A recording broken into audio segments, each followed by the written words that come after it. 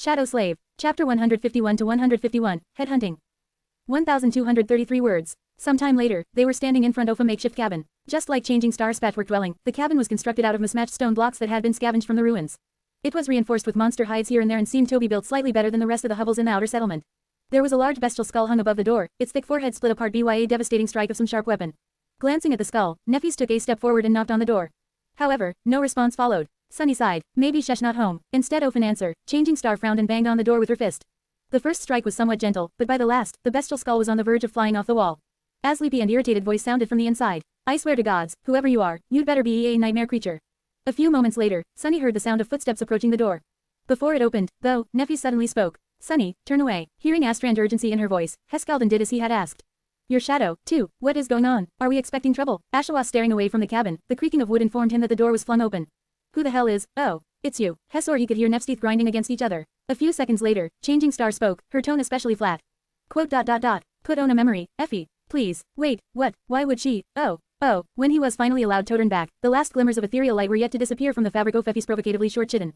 She wasn't wearing anything underneath, either. Here, better. The huntress was exactly the same as last time he had seen her, tall, strong, and brimming with vitality. Without the bronze cuirass with leather pteruges, as well as other elements of the archaic armor, even more of dewy olive skin could be seen. So, you guys are back together, huh? Judging by how clean and shiny the other two look, I'm guessing that their stay in the castle was pleasant. Sunny glanced at Cassie, then said in a reserved tone. Not particularly, just like you said, the ambiance there is, well, an acquired taste, I guess. Effie grinned. Well said. Anyway, how can I help you? Changing Star motioned at the door. Can we come inside? The unruly huntress glanced back, then shrugged. Sure, why not? Inside, the cabin was small and cozy. One of its corners was occupied by a large pile offers that served Effie a sob. At first glance, it didn't seem that lavish, but once it hit Sunny that each of the furs had come from the corpse of a nightmare creature, he quickly changed his mind. That was probably the most extravagant thing he had ever seen. Also, one could only imagine what went on between those furs. Pure thoughts. Sunny, focus. There was also a fireplace, edible with a single wooden chair, and a pair of sturdy chests. The rest of the space was occupied by various curios that the huntress had scavenged from the ruins over the years. There was no particular logic to this opulent collection except for the fact that each object had once caught her fancy for this reason or that. After the three of them were seated, Effie returned to her pile offers, wrapped herself in one of them and asked. So, what is so important that you had to come and wake me up this early in the morning? Early in the morning? It's already noon. Nefis lingered for a few moments, then said. You haven't hunted since the day we met. Right, Effie yawned, then said in a languid tone. Nope, I'll go back into the ruins once my food runs out, which will buy in a day or two, I think. What? How? The amount of meat she had butchered off those monsters was enough to feed a person for a couple of months. It was all gone already. Just how much did the vigorous huntress eat? Changing Star nodded. When you do, come with us. Bower Pathfinder. Well, she certainly doesn't beat around the bush. For some reason, Sunny had not expected Nef to bet this direct. He had always imagined this conversation taking much longer before getting to its real purpose. Effie stared at them, then threw her head back and laughed out loud. Ah, that's a good one. Do you want me to be your nanny, too? When her laughter died down, she shook her head and said. No offense, kids, but you have just arrived in the Dark City. You are as green as it gets. Best hunters out here wanted me to become a part of their party, and I refused them all. Do you know why? Nef nodded with a serious expression. Most hunting parties share the spoils of their hunts. Each hunter keeps a part to eat and sells the rest to the people in the slum. But because of your flaw, you can follow yourself to the same. You need all the sustenance a hunt can provide. The more partners you have, the lesser your share will become. So, you hunt alone, and never sell the meat of your prey, just their hides. Effie smiled. I see someone has been doing their homework. Changing Star tilted her head a little and, not paying any attention to the irony in those words, continued. We can solve that problem by. However, the solitary huntress interrupted her. Stop. Good guess, but you were wrong. That is not why I refused all those hunters. Nefis blinked, surprised. After a long pause, she asked, a hint of confusion in her voice. Then, why? The smile disappeared from Effie's face. Because they are weak. Every one of them is weak. Even the most successful of them are. And do you know why? Something dark gleamed in her hazel eyes. They are weak because Gunlog will never allow anyone strong to exist outside of his control. So, I am not going to be your pathfinder. Sorry, princess. Changing Star froze, obviously flustered by that answer. She opened her mouth to say something, then closed it again and awkwardly pressed her lips together. No matter how much she had honed her social skills during their journey through the labyrinth, this conversation still seemed too much for her. In the ensuing silence, Sunny suddenly spoke, his voice calm and slightly provoking.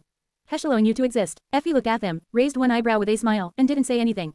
Finally, Nefis was able to compose herself. We might be new here, but we're not weak. Between the two Ofus, Sunny and I had killed dozens upon dozens of awakened creatures in the labyrinth. The huntress interrupted her once again. Even if that's true, that was there. Out here in the Dark City, things are very different. The two of them stared at each other, one with a relaxed smile on her lips, the other with stubborn flames burning in her eyes. Oh, I didn't like this. Eventually, Changing Star grimaced and said, so, if we prove that we have strength, you might reconsider. Effie chuckled. Damn, you say it like it's easy. You do know how many people can step a foot into the ruins, right?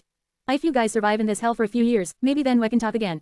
Nefis looked at her for a while, and then smiled darkly. We will talk again in the evening. Then, you will change your mind. Share to your friends. Enjoying this site? Support us via PayPal, Visa, MasterCard or crypto. Your donations help cover site maintenance and hosting costs. Tap the middle of the screen to reveal reading options. If you find any errors, non-standard content, ads, redirect, broken links, etc., please let us know so we can fix it as soon as possible. Report. Shadow Slave. Chapter 152 to 152, there and back again. 971 words. Outside, the sun was already moving past its zenith. There wasn't that much time left before the sunset, so Sunny was really unsure about what Neffis could dodo change Effism before evening. However, judging by the determined expression on her face, Changing Star wasn't just throwing words to the wind. She had something specific in mind. He hesitated. So, what exactly are we going Toto now? Neff glanced at them, white flames dancing in the depths of her cold gray eyes. Then, she turned away and said, "Follow me." With that, she walked forward in the direction of the castle. Castle, why are we going to the castle? Somewhat uneasy, Sunny gently took Cassie by the arm and hurried to catch up to Neffis. When headed, she suddenly threw over her shoulder. Tell me about that Pathfinder again. The one who was accused of murder 3 days ago. Sunny frowned, then repeated what Heck knew about the guy. When he was almost finished, she asked, "What is his aspect ability?" He hesitated, then said, "Heck can make any weapon become incredibly sharp when it's in his hands. Sharp enough to cut stone, maybe even steel. It's a very powerful combat ability." Changing Star was quiet for some time, then said, "What about his flaw?" Sunny shook his head. "That I have no idea about. People are very protective of their flaws, you know. Not everyone goes around telling everyone about their greatest vulnerability like that lunatic, Effie." Cassie, who seemed to be very protective of him today, decided to support this claim. Sunny is right, Neff, wouldn't even know what his own flaw is, remember? Sunny almost stumbled and had to try very hard to not let any emotion show on his face. Cassie was right, of course. While Changing Star and she had shared their flaws with him, Sunny never reciprocated the gesture, for obvious reasons. That is true, but, can we not talk about that? Neffy silently nodded and didn't comment on it further. It seemed as how her mind was on something else. Phew, soon, they scaled the magnificent stairs and were approaching the gates of the castle. Sunny was growing increasingly nervous about Neff's intentions. What is your plan, exactly? Neff, what do you need use Toto? She shrugged, then said in her usual indifferent tone. You didn't really need Toto anything. Just follow me and try to look, virtuous. Look, virtuous, what does that suppose to mean? The guards standing watch in front of the gates blocked their path with contemptuous and suggestive looks in their eyes. Contempt was directed toward Sunny, while the rest was directed toward the girls, of course. Stop, what business do you have in the bright castle? Want to pay the tribute, or maybe want to get paid, instead? If you know what I mean. Both of them laughed, making Sunny's blood boil. Neffys looked at them with a calm expression, then said, I want to go inside, but I'm not going to pay tribute. The laughter suddenly stopped. The guards looked at them with a bit of amusement, a harsh and dangerous light finding its way into their eyes. Have you lost your mind, wench? Why are you here if you're not going to pay tribute? Stop wasting our time. Changing Star stared at them with no emotion whatsoever showing on her beautiful ivory face. Then, she said evenly, I'm here to invoke the right of challenge. For a few seconds, everyone stayed silent. Sunny's heart was beating like a wild beast in his chest. Mad, she has gone mad. But no, Changing Star was not mad. Although Sunny liked to joke inwardly about how crazy Neffys was, she was anything but. In fact, her ability to remain cool-headed and rational in any situation was one of the main reasons that made her so dangerous. Which meant that there was some opportunity she saw here that he didn't.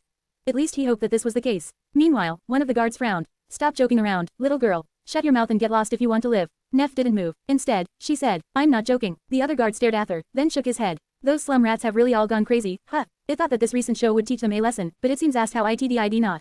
Hes sneered. Listen, lass, the right of challenge is not a laughing matter. It's a fight to the death. No one is going to go easy on you just because you have a pretty face. Do you understand? Changing Star simply nodded. The guard waited for a while, looking at her tall figure in the crude tunic that she wore. Then, he grimaced, I guess we'll have some entertainment today. Such a shame. With your looks, you could have lived in the castle without ever even needing to pay the tribute. Shaking his head, he turned around and gestured for the three of them to follow. The other guard stayed behind, a bewildered and darkly excited expression on his face. With the sound of the rusty chains swinging in the wind invading their ears, Sunny, Neffys and Cassie passed beneath the hanging skulls and entered the castle. Inside, everything was exactly the same. Even Harper was still sitting behind his opulent desk, writing something on a piece of parchment. Hearing the sound of footsteps, he raised his head and threw a furtive glance in their direction. An expression of confused surprise appeared in his eyes. Sunless and Cassia, what are you guys doing back here? Sunny felt the desire to palm his face. When he had said to the gaunt young man that they might see each other in the future, he certainly did not mean that that future would be on the same damn day.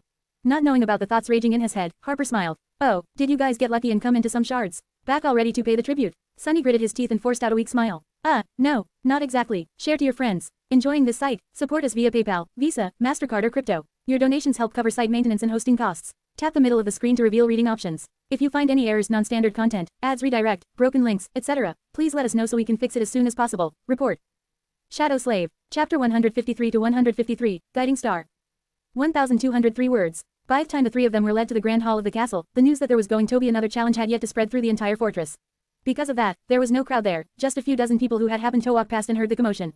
However, their number was growing with each minute. Standing before the entrance to the hall, Neffys was calmly looking forward, her thoughts a mystery. She seemed to be steady and collected. Sunny, on the other hand, was very nervous. Just what was Changing Star planning? Glancing around to make sure that no one could eavesdrop on their conversation, Helene to her and whispered. You're not really going to fight one of Gunlogus lieutenants, are you? Because that would be suicide. No matter how talented and strong Neff was, she couldn't top town against someone like that, at least not before absorbing enough soul shards to even the odds at least a little. Those people had not gotten Tau here, they were by pure accident, too. They had talents of their own. Neffys didn't turn her head and simply said, quote. The walls have ears. Sunny gritted his teeth and was about to retort, but at that moment, the guard that had led them inside appeared from the grand hall, threw a dark look at them, and spat. Come on in, fools. Changing Star simply walked forward, leaving Sunny and Cassie no choice but to follow. Inside the hall, a small crowd of people was staring at the entrance. When they saw Neffys, a wave of confused whispers ran through their ranks. Who is that? Never seen her before. There's something strange about that girl. The whole situation was much less ostentatious and theatrical than that on the day of Jubiai's death. Most of the lieutenants weren't even here, not to mention the Bright Lord himself. Only the leader of hunters, Gemma, was sitting on the steps leading up to the empty white throne. On his face, there was a slightly sullen expression. To Sunny's relief, Haru's was nowhere to be seen. When the guard led the three of them inside, Gemma raised his head and glanced in their direction with a frown. Did I hear it correctly? One of you three wants to invoke the right of challenge. Neffys took a step forward, looked him right in the eyes, and answered in her usual indifferent voice. Edo. Her calmness was in direct contradiction with the heavy meaning behind those words. It was the polar opposite of the impassioned, scornful, furious speech of condemnation that Jubei had given in this hall 3 days ago. The confused frown on Gemma's face deepened. You do know what that means, right, little girl? She continued to stare at them without showing any sign of fear, then repeated. Edo. The tall hunter sighed. Listen, it is indeed true that anyone has the right to invoke the right of challenge. But throwing your life away is a really stupid thing, Toto. I'm sure that you had to suffer a lot to make it this far. Everyone here did, pretty much. So how about you think about it some more and reconsider? His voice wasn't unfriendly. In fact, it seemed sincere, asked how Gunlaga's lieutenant really did not want to see her die for no reason. However, his words fell on deaf ears. Neff just tilted her head a little and said, no need. Gemma sighed again, then shook his head. Fine, have it your way then. Who are you here to accuse? Sunny already had the idea. Thatsy Hueyas and surprised to hear her next words. I am here to accuse the Pathfinder known as Andal. Andal was the person whose crime had led to Jubei's challenge, and then death. A sonother wave of whispers rose from the crowd. Gemma blinked. With an unhappy scowl on his face, he said, as I told the last time, I am the leader of both hunters and pathfinders. Any crime they commit while performing their duties is my crime, so I will beta one tonser for it. Are you sure you want to challenge me, kid? Sunny held his breath, knowing that Neff's next words would decide their fates. Despite the older Manchivi tone, she did not even flinch. However, she did pierce him with a cold gaze, then slowly shook her head. I'm not here to accuse him of murdering the young man from the outer settlement. I'm here to accuse him of theft. Andal has lost a considerable amount of soul shards while gambling, but refused to pay. That is stealing. Since it was done on his private time and not while performing any official duties, you have nothing to do with it. Gemma stared at her, a bewildered look written clearly on his face. Sunny was doing the same. Well, that was unexpected. Kind of ingenious, actually. Who knew Neff can be crafty? By shifting the accusation from a crime committed during a hunt Thomas' demeanor that had nothing to do with Andal Schroll as a pathfinder, she effectively prevented any of the lieutenants from fighting on his behalf. At least if they remained true to their claim of being just. But was a seasoned pathfinder any less of a threat than one of Gunlaga's proxies? And would Gemma even allow a challenge like that to proceed? Asked how responding to his questions, the tall hunter raised his eyebrows and said in disbelief.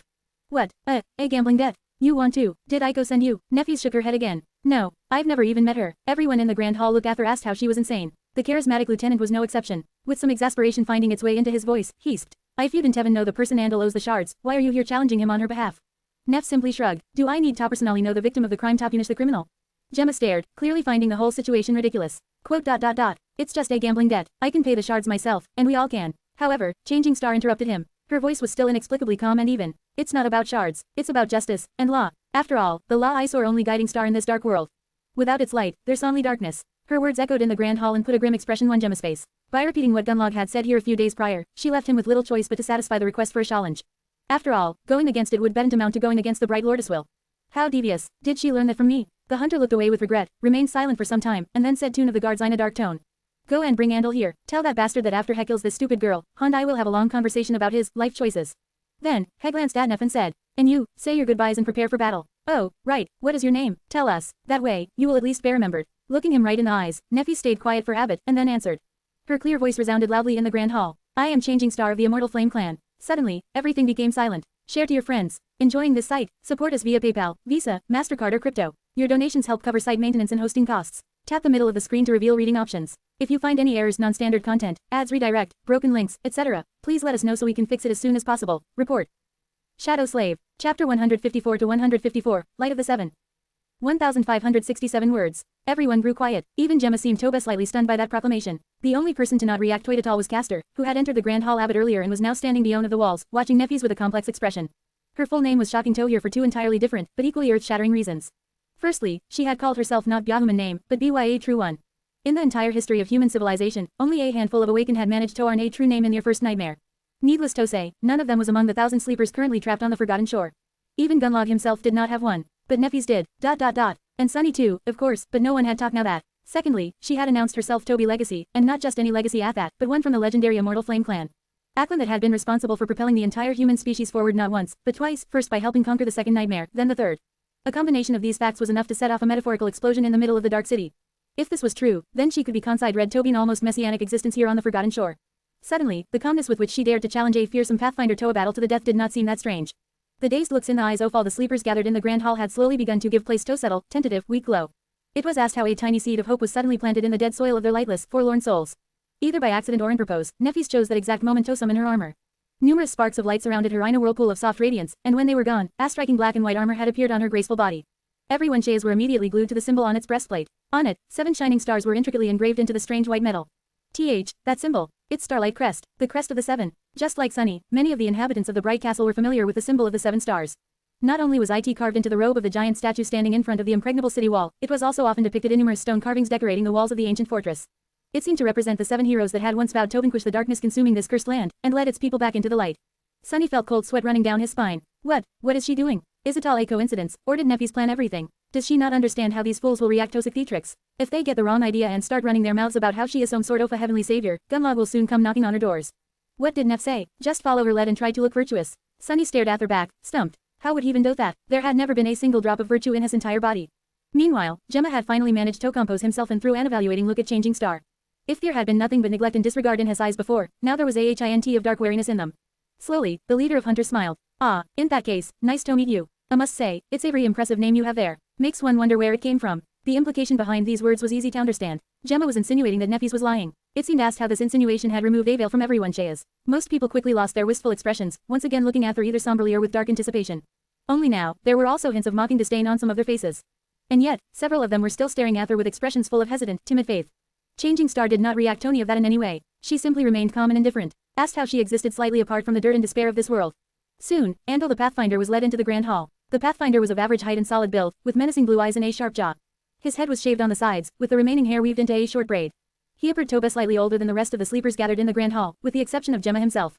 Andal was probably around 24 years old. He looked like a skilled, seasoned, and ruthless fighter. Every Pathfinder was nothing less than an elite among elites, and he was no exception. Even those who hated Andal stared at him with fear and respect, even veneration. Entering the hall, Andal threw a dark look at Nefis and walked forward to the base of the steps leading to the white throne. There, he stopped and bowed, showing his respect to the leader of Hunters. I'm here. Gemma stared at them with an irritated, contemptuous expression, and then sighed. You know why I've summoned you? The Pathfinder smirked. Some wench wants to challenge me. Good. I was very sad to let Harus have all the fun last time. Several angry whispers sounded from the crowd, but no one dared to reveal their hatred toward the arrogant murderer openly. The corner of Gemma's mouth turned downward. Her remained silent for some time, and then said in an angerous tone. Fun. Did you say fun? Well, Andal, if you lacked excitement in your life, you should have just told me. How about this? After you kill that girl, I will show you what real fun is. With that, he gestured to the guards that the fight could begin. Andal frowned a little, but then turned around with a dark smile on his lips. Sunny and Cassie were led to the side, where they joined the crowd of spectating sleepers. By that point, there was a considerable amount of them gathered in the grand hall. Everyone looked at the fearsome Pathfinder and Nefis with amix offension and anticipation. Some were here just to see a macabre show, waiting with excitement for blood to flow. To them, it didn't matter who lived and who died, although none believed that the girl from the outer settlement had any chance of surviving a duel against the experienced Pathfinder. Others wanted to see Andal punished for his crimes. But even these people seemed to believe that Nef was doomed to die. They just hoped that she would manage to make the bastard bleed a little before she did. Perhaps only Sunny, Cassie, and Castor knew that the result of this fight was not as predictable as everyone seemed to think. Not wasting any time, Andal summoned his weapon and walked toward Changing Star. In his hand, a vicious, crudely forged falchion suddenly gleamed with polished luster, its edge turning sharper than that of Farzar. With a shudder, Sunny realized that not even the Starlight Legion armor would stop such a blade. The Pathfinder's movements were soft and deceptive, betraying years of experience in bloody battles against both nightmare creatures and humans. The dark smile had never left his lips, and there was bloodlust burning in his eyes. After years spent hunting monsters, he looked like a monster himself. However, Nefis just stood there calmly and watched him approach, not even trying to summon her sword. What is she doing? Trying to mimic Harus. When the distance between them shortened to that of only several steps, everyone held their breaths. Suddenly, Andal flourished his cleaver and lunged forward with astonishing, almost inhuman speed. His push was so powerful that dust flew into the air from under the soles of his boots. Sunny clenched his fists. What is she? Just a fraction of a second before the magically enhanced blade cleaved her apart, Nefis suddenly sidestepped the strike and threw her arms into the air, simultaneously summoning her longsword. The ethereal sparks of light passed through the blade of Andal's falchion, forming into silvery steel only on the other side of it. The Pathfinder's gaze widened. Forever, without anything separating it from the enemy's flesh, the longsword that had just formed from the thin air behind the falchion bit into his neck, cleanly severing Andal's sheath from his shoulders. As blood shot into the air from the Pathfinder, Sneck, his head rolled on the floor like a macabre ball and stopped near the steps that led to Gunlaga's white throne. It seemed asked how all oxygen was suddenly sucked out of the great hall. In the deathly silence, Andal's body heavily fell on the white marble. Everyone was staring at Nefis in utter disbelief, the sleepers, the guards, even Gemma. Honestly, Sunny himself was a bit stunned. Of course, he had suspected that Changing Star might win the duel, but even he did not expect that she would kill an actual Pathfinder, one of the most fearsome warriors in the Bright Castle, with just one strike. Dismissing her sword with a cold expression on her face, Nefis walked over to the marble steps, picked up the severed head by the hair, and looked up at the leader of the hunters. Then, with a well-practiced polite smile, she said, quote, "Oh, it was nice to meet you too. Share to your friends. Enjoying this site? Support us via PayPal, Visa, MasterCard or crypto. Your donations help cover site maintenance and hosting costs." Tap the middle of the screen to reveal reading options. If you find any errors, non-standard content, ads redirect, broken links, etc., please let us know so we can fix it as soon as possible. Report. Shadow Slave. Chapter 155 to 155, First Recruits. 1,321 words. The blood was still dripping from Andel's severed head when they left the castle. Neffys was holding it by the hair, her face as indifferent as always. It seemed asked how carrying human heads was not even something worthy of changing facial expressions. Suddenly, Sunny saw a changing star in a new light. It was a long time since he had last been wary of her, but now, he was starting to wonder. Just how many people had she killed in the past? The facial expressions of everyone else, though, ranged from astonishment to horror. People who had witnessed the duel stared at Neffys, asked how she was some sort of an avenging angel. The others treated her like a terrifying demon. I wonder, how much soul's essence had she absorbed with this one kill? Has Tobilot, right, but those were just the inhabitants of the castle. The reactions of the people of the outer settlement were strangely reserved, but even more intense. They had never seen one of them stroll into the ancient fortress and walk away freely with a severed head of a pathfinder in their hands. Now, all of them were watching silently, an inexorable, dark, sweltering emotion burning in their eyes. All of it made Sunny very uncomfortable. Huea Sensor if Neffys knew what kind of a storm her stunt had evoked in the hearts of these people. That sort of emotion was dangerous and almost impossible to control. If she didn't know, things could turn really bad really quickly. But it was even worse if she did, and had done it on purpose. Was Neff really capable of such ingenious and effective manipulation? Was this her plan all along? Sunny wasn't so that heck knew this side of Changing Star. Come to think of it, he didn't really know that much about her at all. Consumed by these doubts, Sunny didn't even notice that they were already in front of Effie's cabin. He glanced at the sky, only to see the sun hiding behind the ominous silhouette of the Crimson Spire. It was evening, just like Neffys had promised. Single quote. Scary. The unruly huntress opened the door before they even knocked, of irritation in her eyes. What's with all the commotion? Cantagral spent a day in. Noticing the three of them, she froze. Without so much as batting an eye, Neffys simply threw Andel Tofi's feet and asked, "Can we talk now?" Looking down at the macabre present, the huntress narrowed her eyes. Her face darkened. A few moments later, she glanced Yupan said in a grim voice, "Come inside." As soon as door closed behind them, Effie asked in a furious whisper, "What the hell have you done, princess?" Neffys tilted her head and slightly frowned. Then, she said with a hint of sincere confusion in her voice, "You wanted me to prove my strength, did you not?" The huntress stared at her in disbelief. Misunderstanding her silence, Neff blinked, then added, "Oh, that head belonged to. I know whose head it is. Where did you get it?" Sunny sighed and slumped heavily on one of the sturdy chests. Then he forced out a dark smile and said, "Oh, by the way, you might be the last human in the Dark City to learn this, but standing right in front of you is none other than Changing Star of the Immortal Flame Clan, the champion of justice. She just walked into the castle, challenged the bastard, and killed him with one strike off her sword, right under everyone's eyes. Bino, this must be the only thing people are talking about." His tone lacked any kind of amusement. If anything, it seemed as how Sunny was just barely stopping himself from cursing out loud. Why did Trouble have to follow him everywhere he went? While Neff and Cassie were anxiously waiting for Effie's response, Sunny just stared at the shadow, hoping to find some sympathy. Sadly, there wasn't any to be found. The shadow was just staring back at them, full of jubilant gloating. Effie, meanwhile, blinked a couple of times and looked at them with a strange expression. "That's right, run while you can." Then, she threw her head back and laughed out loud. Oh, gods, did you really? This is priceless. I wish I'd seen their faces." Sunny watched her with his mouth wide open. That was not the reaction he had been expecting. "Crazy, they're all crazy. I'm surrounded by crazy people." When Effie finished laughing, she glanced at Changing Star with a dark, but gleeful expression. "Alright, you have proven your point. But there's something you should know. Back when I refused to join the host, Gunlog made it clear that if I can have me, no one else will. Ever since, any group that dared to invite me to join them ended up regretting their decision. By hiring me as a guide, you will be putting yourself in his crosshairs. Are you sure you want to do this?" So there was more to her story. No wonder she was so solitary. In the ensuing silence, Sunny was the first one to speak. His voice sounded bitter and dejected. "I mean, it's a bit late to worry about that. Didn't you think?" The next morning, they were preparing Taguna hunt. A small crowd of slum dwellers gathered around to see them off, their dark eyes burning with a strange mix of hope and anguish. Bino, the story of Changing Star's clever ruse and heroic battle against villainous Pathfinder Andel had already flown all over the place, growing more and more unbelievable with each retelling.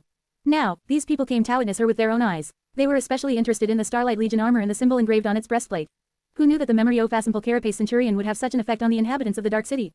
Sunny was not happy about it at all. The previous evening, he had a chance to ask Neffys a few questions after they had returned to their lodge. However, he kept most of them to himself, not knowing how to properly express his feelings. In the end, he only asked about how she had managed to defeat her human opponent, who was much more powerful in terms of physical prowess, so easily. Changing Star's answer was very simple. She just shrugged and said, "An old legacy trick," which pretty much explained everything and nothing at all. And now, they were going into the Dark City to hunt monsters. When the four of them were ready to set off, a sudden hum of voices made them turn around. The slum dwellers stepped aside, letting a tall young man walk through. Sunny frowned. "Great, what is she doing here?" Walking closer, Castor stopped a few meters away from them and gave a polite bow. "Lady Neffys, Huntress Athena, Cassia, Sunny. Good morning to all of you. I, Castor of the Han Lickland, would like to join your hunting party. Will you have me?" Everyone grew quiet for a few moments. Despite Sunny's dislike of the handsome legacy, having him want their side would be an incredible boon. Genius fighters like Castor were hard to come by anywhere, let alone on the Forgotten Shore. Heffel torn. A buzz of whispers rose from the crowd. People were shocked to see a warrior from the castle volunteering to join an outer settlement cohort. And one of such fearsome reputation, too. After some time had passed, Changing Star simply shrugged. If you want. Just like that, the proud scion of the Han clan had become the 5th member of their hunting party. It was strange to see their numbers grow after months spent alone in the labyrinth, but that was probably inevitable. What else did Sunny expect? That it would be just the 3 of them forever. Stupid. Together, the 5 sleepers left the slum of the outer settlement behind and stepped on the road of white stone that lead into the cursed ruins. And just like that, the fates of every human in the Dark City were sealed. The end had begun. Share to your friends. Tap the middle of the screen to reveal reading options. If you find any errors, non-standard content, ads redirect, broken links, etc., please let us know so we can fix it as soon as possible. Report. Shadow Slave. Chapter 156 to 156, Free Lunch. 1,239 words. Their first hunt was surprisingly uneventful. Guided by an experienced pathfinder and augmented by Sunny's stealthy shadow, they managed to avoid any fallen creatures and arrive at the destination in one piece. There, the group hid in the ruins and waited for their prey to show up. The plan of battle was discussed beforehand. After Effie had described the type of monster they were here to kill, complete with a detailed list of its strengths and weaknesses, Nephies quickly assigned different roles to different people. Sunny had expected that things would work just like back in the labyrinth, but to his surprise, they did not. Just like before, Neph was going to take most of the risk and lure the enemy into revealing its vulnerability. However, Castor was going to bet the one to make use of it and deal the fatal blow, not Sunny. Which made sense, really. After all, his ability was not a combat one, at least not officially. It was rational to entrust the role to someone with an incredibly powerful combat ability, as one Castor possessed. Still, for some reason, Sunny felt angry about it. It felt asked how he was being replaced. Not wishing to appear childish, he swallowed his bitterness and remained silent. When the monster did show up, everything went perfectly. Nephies and Castor were able to finish the creature off without sustaining any injuries. Their teamwork, while not effortless, was strangely harmonious, probably because both were legacies and had received similar kind of training. Sunny, whose task was to join the fray if things went wrong, ended up not having to lift a finger. Neither did Effie, who simply stayed with Cassie in case the blind girl needed protection. After everything was over, she laughed. Ha, this ice the easiest meal I've ever earned. Effie's status in the party was a bit strange. Unlike the rest of them, she had not shown any desire to join the cohort officially. Instead, she was somewhat of a hired worker. Her responsibilities included guiding the party through the ruins and providing them with information, and nothing else. She wasn't even required to fight side by side with them. After the nightmare creature was dead, they quickly butchered it and left the scene of the battle loaded with a heavy weight of meat. Before the shadow of the Crimson Spire fell on the Dark City, the cohort was already approaching the marble arch at the base of the hill. This was when something unexpected finally happened. And it happened because of Nephies. After giving a fair share of the spoils to the vigorous huntress, she glanced at Sunny, Cassie, and Castor. Then, Changing Star said, I would like for you 3 to entrust me with your part of the meat. What is that about? Before Sunny had an opportunity to ask a question, Cassie already smiled and said. Of course, Neph. Castor did not linger, either. With a small bow, he nodded. As you wish, Lady Nephies. Sunny gritted his teeth. After that, he would have looked like a complete jerk if he were to start interrogating her. Especially because, technically, he had not done anything except for lending his shadow to Effie. Nephies and Castor were the ones who had actually risked their lives. Quote. Fine, Nephies gave the mannet and continued walking up the white road. When they returned to the outer settlement, she separated the remaining share of monster meat into 2 parts. One, much smaller part, she handed to Cassie. The other, incomparably larger part, she simply placed on the white stones in front of their lodge. Effie looked at the whole process with curiosity. So did the slum dwellers who had gathered to welcome them back. Sunny frowned. What are you doing? Changing Star glanced at them and then gestured to the small bundle of meat in Cassie's hands. This is for us to sustain ourselves. We will eat that meat until our next hunt. Somebody from the crowd shouted. What about the rest? Are you selling it? What is your price? It was customary for the outer settlement hunters to sell some of their spoils. That was how people here fed themselves. The meat could be exchanged for items, services, or, in very rare cases, actual shards. Neff turned to the people who had gathered around and looked at them with a frown. When everyone grew quiet, she said in a cold tone, my hunting party will not be selling any meat. Ever. Before anyone had time to react, dismayed by that answer, she took a step to the side, gestured to the large pile of meat, and said. Quote. Instead, we will be giving meat away for free. A dead silence hung above the edge of the outer settlement. The slum dwellers who had come to catch a glimpse of Changing Star or in hope of procuring some food were all looking at Nephis with a dark mix of mistrust, disbelief, and suspicion. After a while, someone shouted, what trick are you trying to play? People here are hungry, Changing Star. Shame on you. Nephis crossed her arm, furrowed her brow, and answered, there is no trick. Everyone is free to take a small share of the meat to fill their stomach. The young man who had accused her before laughed. Why would you just hand it out for free? Do you think that we're fools? Sunny was being tormented by the same question. Heffen joked about Neff's foolish nobility, but also knew that she wasn't really stupid. She always had a reason for everything she did, even if those reasons sometimes seemed insane to him. Lately, he even started to suspect that Neff was much more cynical and pragmatic than he had ever given her credit for. It's just that her version of cynicism was very different from his own. What was she doing? Meanwhile, Nephis pierced the shouter with a cold look, scowled, and said, Ahint finger in her voice. Quote. Why, am I not a human? Are you not humans? Does a human need a reason to help others off her kind in this cursed place? She took a step forward and looked at the gathered people, making them shiver under her heavy gaze. Shame on me. No, shame on you all for forgetting who you are. We're people, not beasts. In the real world or in the dream realm, this is where. Her words echoed above the white stones, mixing with the howling wind. Now come forward and take some food if you're hungry. The slum dwellers were still not convinced. However, their hunger was stronger than their wariness. Soon, the first of them stepped forward, tentatively took a small strip of meat, threw a furtive glance at Nephis, and then hurriedly walked away. When the others saw that nothing happened to him, they became braver. Young men and women dressed in rags formed a messy line. One beyond, they came forward, received their tiny piece of meat, and then disappeared with haste, afraid that it will be taken back. Slowly, a new kind of light appeared on their faces. It was the same timid, weak emotion that Sunny had noticed in the eyes of the castle inhabitants after Neff had announced her name. It was something that precipitated hope, or made faith. With a dark expression on his face, Sunny looked up, at the tiny silhouettes of guards observing them from the walls of the magnificent fortress. Neffys was right when she said that they were all still people. However, she was wrong about everything else. Because people were much worse than beasts. He did not like what was happening at all. Share to your friends. Tap the middle of the screen to reveal reading options. If you find any errors, non-standard content, ads, redirect, broken links, etc., please let us know so we can fix it as soon as possible. Report. Shadow Slave. Chapter 157 to 157, Wind of Change. 1,400 words. After that day, things moved with a speed that left Sunny disoriented. It was asked how he was being pulled forward by an overpowering current, helpless to slow down or change direction. Before he could react to and change, another would happen, making him feel like he was losing control. Everything was happening so fast that he found it difficult to adjust. It was hard not to fear that, eventually, he would simply be left behind. After that first hunt where Neffys had chosen to give most of the spoils away, she led them on several more. Not all of those hunts went as smoothly, but they did manage to return victorious, if a little battered. Every time, she paid Effie her share of the meat, took a small amount for them to consume, and gave the rest to the people of the outer settlement free of charge. Because of how little their own share was, the group was forced to hunt every other day instead of once or twice a month. Sunny did not understand at all why they were taking on all that unnecessary risk. Provided, Hue hasn't exposed to many risks himself. Apart from a couple of short battles where Neff and Castor ended up requiring some backup, has spent most of his time with Effie, serving Asher Scout and slowly learning the ins and outs of the Dark City from her. With the well of knowledge that the unruly huntress possessed in his nimble shadow, the party rarely met anything they weren't ready to face. This gave them an incredible advantage over all other hunting parties of the outer settlement, and even some Gunlaga Sound. Soon, their flawless and intense track record earned the cohort reputation and renown. They weren't seen as newcomers anymore. Instead, people considered them to be nothing short of the strongest hunters in the slum. Many even believed that Changing Star and her people were in a way inferior to the hunters of the Bright Castle. Neffys herself was known to be a fearsome fighter ever since her dramatic duel with Andal. Effie had the reputation as one of the outer settlement's best from a long time ago. Handsome and capable Castor quickly won respect and adoration thanks to his amiable personality, noble bearing, and skill. The three of them were considered to be the core of the party, with Cassie and Sunny existing somewhere on the periphery. People loved Cassie because Neff had entrusted her with the responsibility of handing out the free meat, and also because it was nearly impossible not to love this sweet, exquisitely beautiful, and tragic girl. For most of the slum dwellers, she was the welcoming face of the cohort. Sunny, on the other hand, no one really paid him any attention. With nobliant feats of vanquishing monsters of the Dark City under his belt, most considered him to be a support member of the party. Inconsequential at best, a charity case at worst, if they even remembered his existence. Sunny was simultaneously happy to live in obscurity and secretly infuriated by this lack of recognition. It was good that no one suspected how powerful he really was. And yet, watching everyone fall over themselves in Castor's presence while completely ignoring his own made Sunny want to kill something. Or someone, especially because, due to the tactical composition of the cohort, Neffy spent most of her time with the handsome Legacy. They seemed to work especially well together. When this frustration threatened to overwhelm Sunny, he would go away, find a quiet corner, and train his catas until every muscle in his body hurt. Usually, the whistle of the midnight Shardis blade cutting air was enough to calm him. He trained his swordsmanship day after day, finding strange comfort in it. At least this was something he could control. Of course, Sunny was never entirely relaxed. In fact, with each day, he grew more and more anxious. Because other things were changing as well. After each hunt, Changing Star would provide the dwellers of the slum with free food. At first, they treated her with distrust, then with gratitude, and finally with something akin to reverence. The strange light that Sunny had noticed in their eyes after that first time was slowly growing brighter and brighter. Some people even started jokingly calling her Saint Neffys, asked how she was some sort of an angel. However, he felt that these words strangely contained less and less humor with each day. It was really very creepy, not to mention dangerous. The more people looked at Neff like she was their personal savior, the more he feared how drastic Gunlaga's reaction would be. If history had shown anything, it was that kings never went easy on meddling messiahs. And throughout all of that, the same question continued to torment Sunny. Was all of this an accident, or had Neffys done it on purpose? As time went by, more and more random people joined their group. They weren't hunters, just forlorn young men and women from the outer settlement who wanted to help. They tended to monster hides that the cohort brought back from the hunts, maintained various tools and gear that needed to be used, assisted Cassie with handing out food, and did other kinds of small but useful things. Soon, the ramshackle lodge was full of them. Sunny didn't even know all of their names. It seemed as how every day, someone new would appear, acting as if they had always been a part of the group. What a source, not all of them seemed to talk now who he was, either.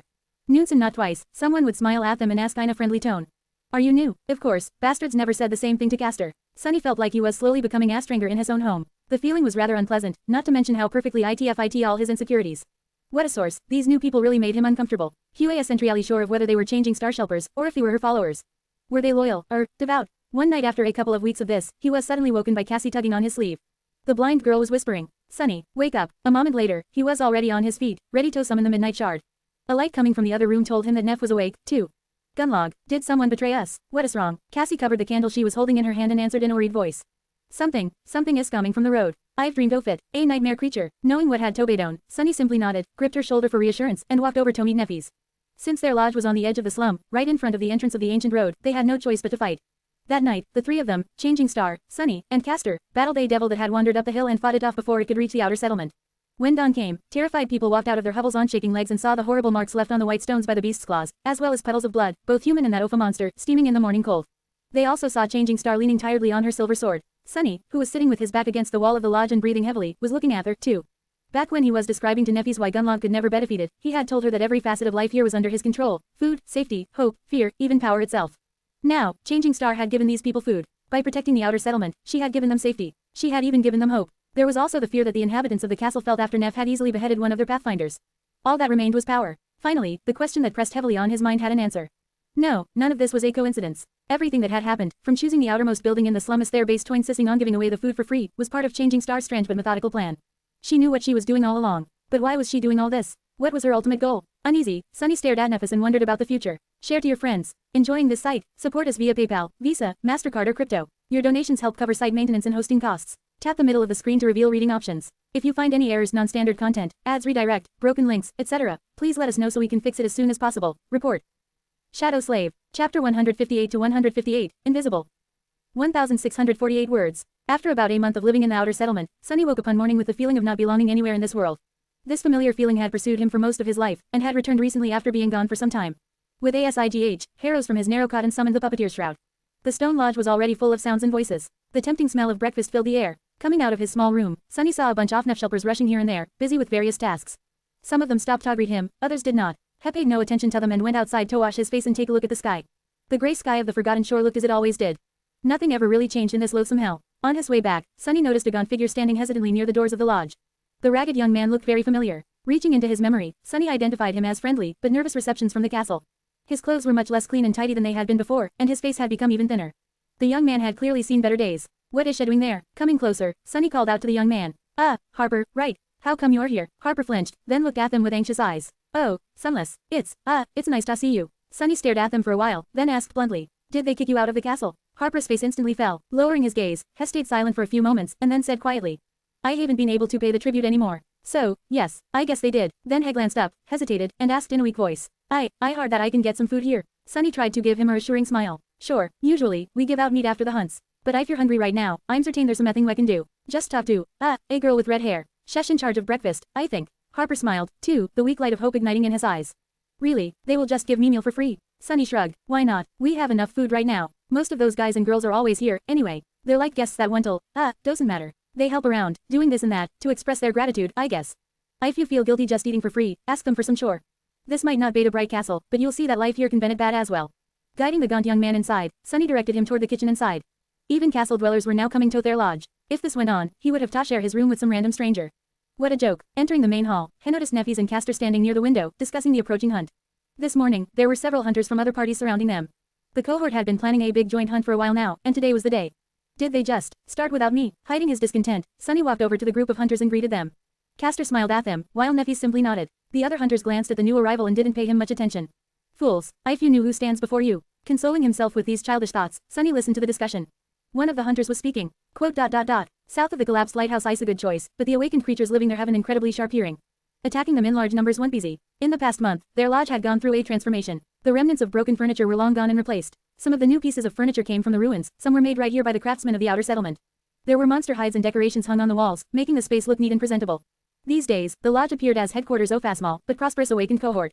There was even a large map of the dark city unknown of the walls, with various symbols marking all kinds of FUSEFUL information. Currently, the hunter was pointing at a particular spot on the map. This spot right here is much more promising. Blood fiends are known to dwell in these parts. They hibernate during the day, so if we manage to find a lair or two. Castor shook his head. The area you're suggesting is too close to the territory of those strange living statues.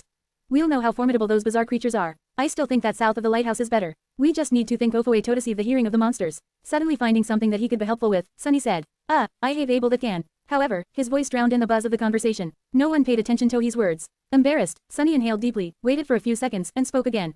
Actually, we can use one of my two sound-producing memories too. But right at that moment, Castor seemed to come up with a brilliant idea.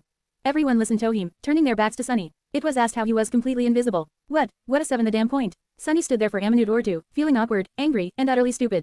Then he simply turned around and walked away. Finding his way to the roof of the lodge, he climbed on top of the second-story addition and sat there, solemnly watching as Sun slowly climbed up. After a while, Sunny sighed and closed his eyes, letting the shadow slip back into the building. Just as Shahad expected, no one even noticed his absence. Not surprised, hasn't the shadow around the lodge, watching all the people who were busy making Neff's mysterious plans happen. Everyone seemed full of energy, enthusiasm, and a sense of belonging. Why was Heath only one who couldn't fit in? Even that guy from the castle, Harper, had already found some friends. He was currently helping the red-haired girl who was in charge of breakfast wash the dishes. Sunny frowned. Something wasn't quite right with Harper. Heck couldn't put his finger on it, but the gaunt young man seemed a little off, somehow. Forgetting all about his bad mood, Sunny concentrated on watching the timid sleeper. Harper seemed just what any newcomer would do, helping people, learning their names, and asking questions about how things worked in the Changing Stars party. It seemed asked how he wanted very badly to stay in the lodge and become useful, which was understandable, but something was wrong. Sunny's suspicions were confirmed when, about an hour later, Harper left the lodge and went back into the slum. With the shadow stealthily following him from behind, the gaunt young man made sure that no one saw him and hurriedly dove into a secluded alley. Deep in the darkness of that alley, Amon was waiting for him. Sunny frowned, recognizing one of the high-ranking guards from the castle. So that's what all this is about. The guard, meanwhile, glared at Harper and asked in a unfriendly tone.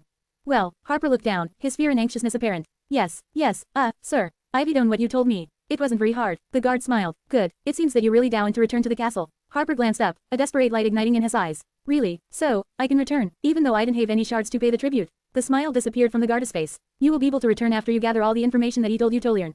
If you do, I'll invite you inside myself. No need to even worry about the tribute. But, remember, I need talk now everything about the core members of the cohort, including Saint Neffis herself. Their aspects, their abilities, their flaws. I even want talk now what hand they used to wipe. Understand, Harper paled. But, sir, things like that, it won't be easy to learn them. Especially for a simple servant like me. The guard frowned. Didn't you say that you knew 2 of the cohort members already? This is why I gave you this chance to begin with. Did you lie, Tome, boy? The gaunt young man flinched. No, I don't know them. I actually spoke with Lady Changing Star Scout already. He is a friend of mine. A wide, menacing smile appeared on the guard's face. Then what is the problem? Just get that fool talking. Rats like him will tell you everything as long as you pay them a little attention, believe me. I'm willing to bet that this useless freeloader ice walking around full of jealousy and delusions of grandeur.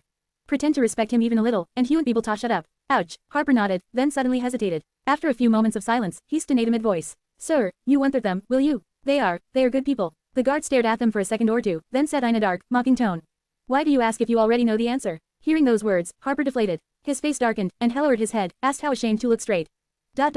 However, he didn't object. That bastard. Just wait and see. Sunny was already planning the beating he was going to give the cowardly young man before throwing him out of the lodge, but at that moment, a voice called out for him. It was Effie. Hey, doofus, are you asleep? Come down, the hunt is starting. Torn away from the shadow's perspective, Sunny threw a dark glance at the tall huntress, called his shadow back, and sighed. I'll deal with him after we return. But by the time he returned, Sunny was in a state to deal with anything.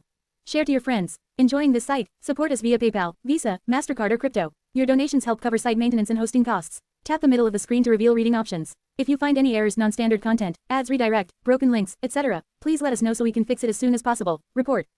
Shadow Slave. Chapter 159 to 159, Revelation. 1039 words. Despite all his misgivings and unease, Sunny had never expected that this hunt was going to change everything. He was just going through the motions, somewhat on edge because of the scale of this joint operation, but also strangely reassured by the large number of hunters surrounding him. The unusual hunting party left the outer settlement at noon, heading east, to the massive ruin of a collapsed lighthouse that was situated at the edge of the city. There were almost 20 of them gathered together, all carefully making their way through the deadly maze of narrow streets, with Effie serving as chief pathfinder and Sunny helping her by scouting ahead. The plan was as straightforward and simple as possible. However, nothing was really ever safe in the dark city. Everyone was prepared for the worst. And pretty soon, their fears came true. Halfway to their destination, a sudden sound made Effie freeze in place. Raising a fist to signal everyone to stop, she peered into the fog, a dark and foreboding expression on her face. Feeling that something bad was about to happen, Sunny commanded his shadow to return and move closer to Cassie. His hand was ready to grasp the hilt of the midnight shard out of the air. For a few moments, everything was quiet. Then, Effie's pupils suddenly widened. Scatter. As soon as word left her mouth, the experienced hunters dashed in different directions. Sunny himself grabbed Cassie and lunged to the side, dragging her along with him. Then, something large and heavy crashed from above into the cobblestones where the sleepers had been standing just a second ago. Luckily, most of them were already somewhere else due to Effie's timely warning. However, a couple of people were a little late to react. Their screams drowned in the sickening sound offering flesh. Sunny cursed. His shadow was nowhere near yet, leaving him with no choice but to fight without its aid. He spun around, summoning the midnight shard, and froze for a fraction of a second, all blood draining from his face. Out there in the middle of the street, a massive, winged creature was standing on the cracked cobblestones, its pale body and black feathers stained by the blood of the unfortunate hunters.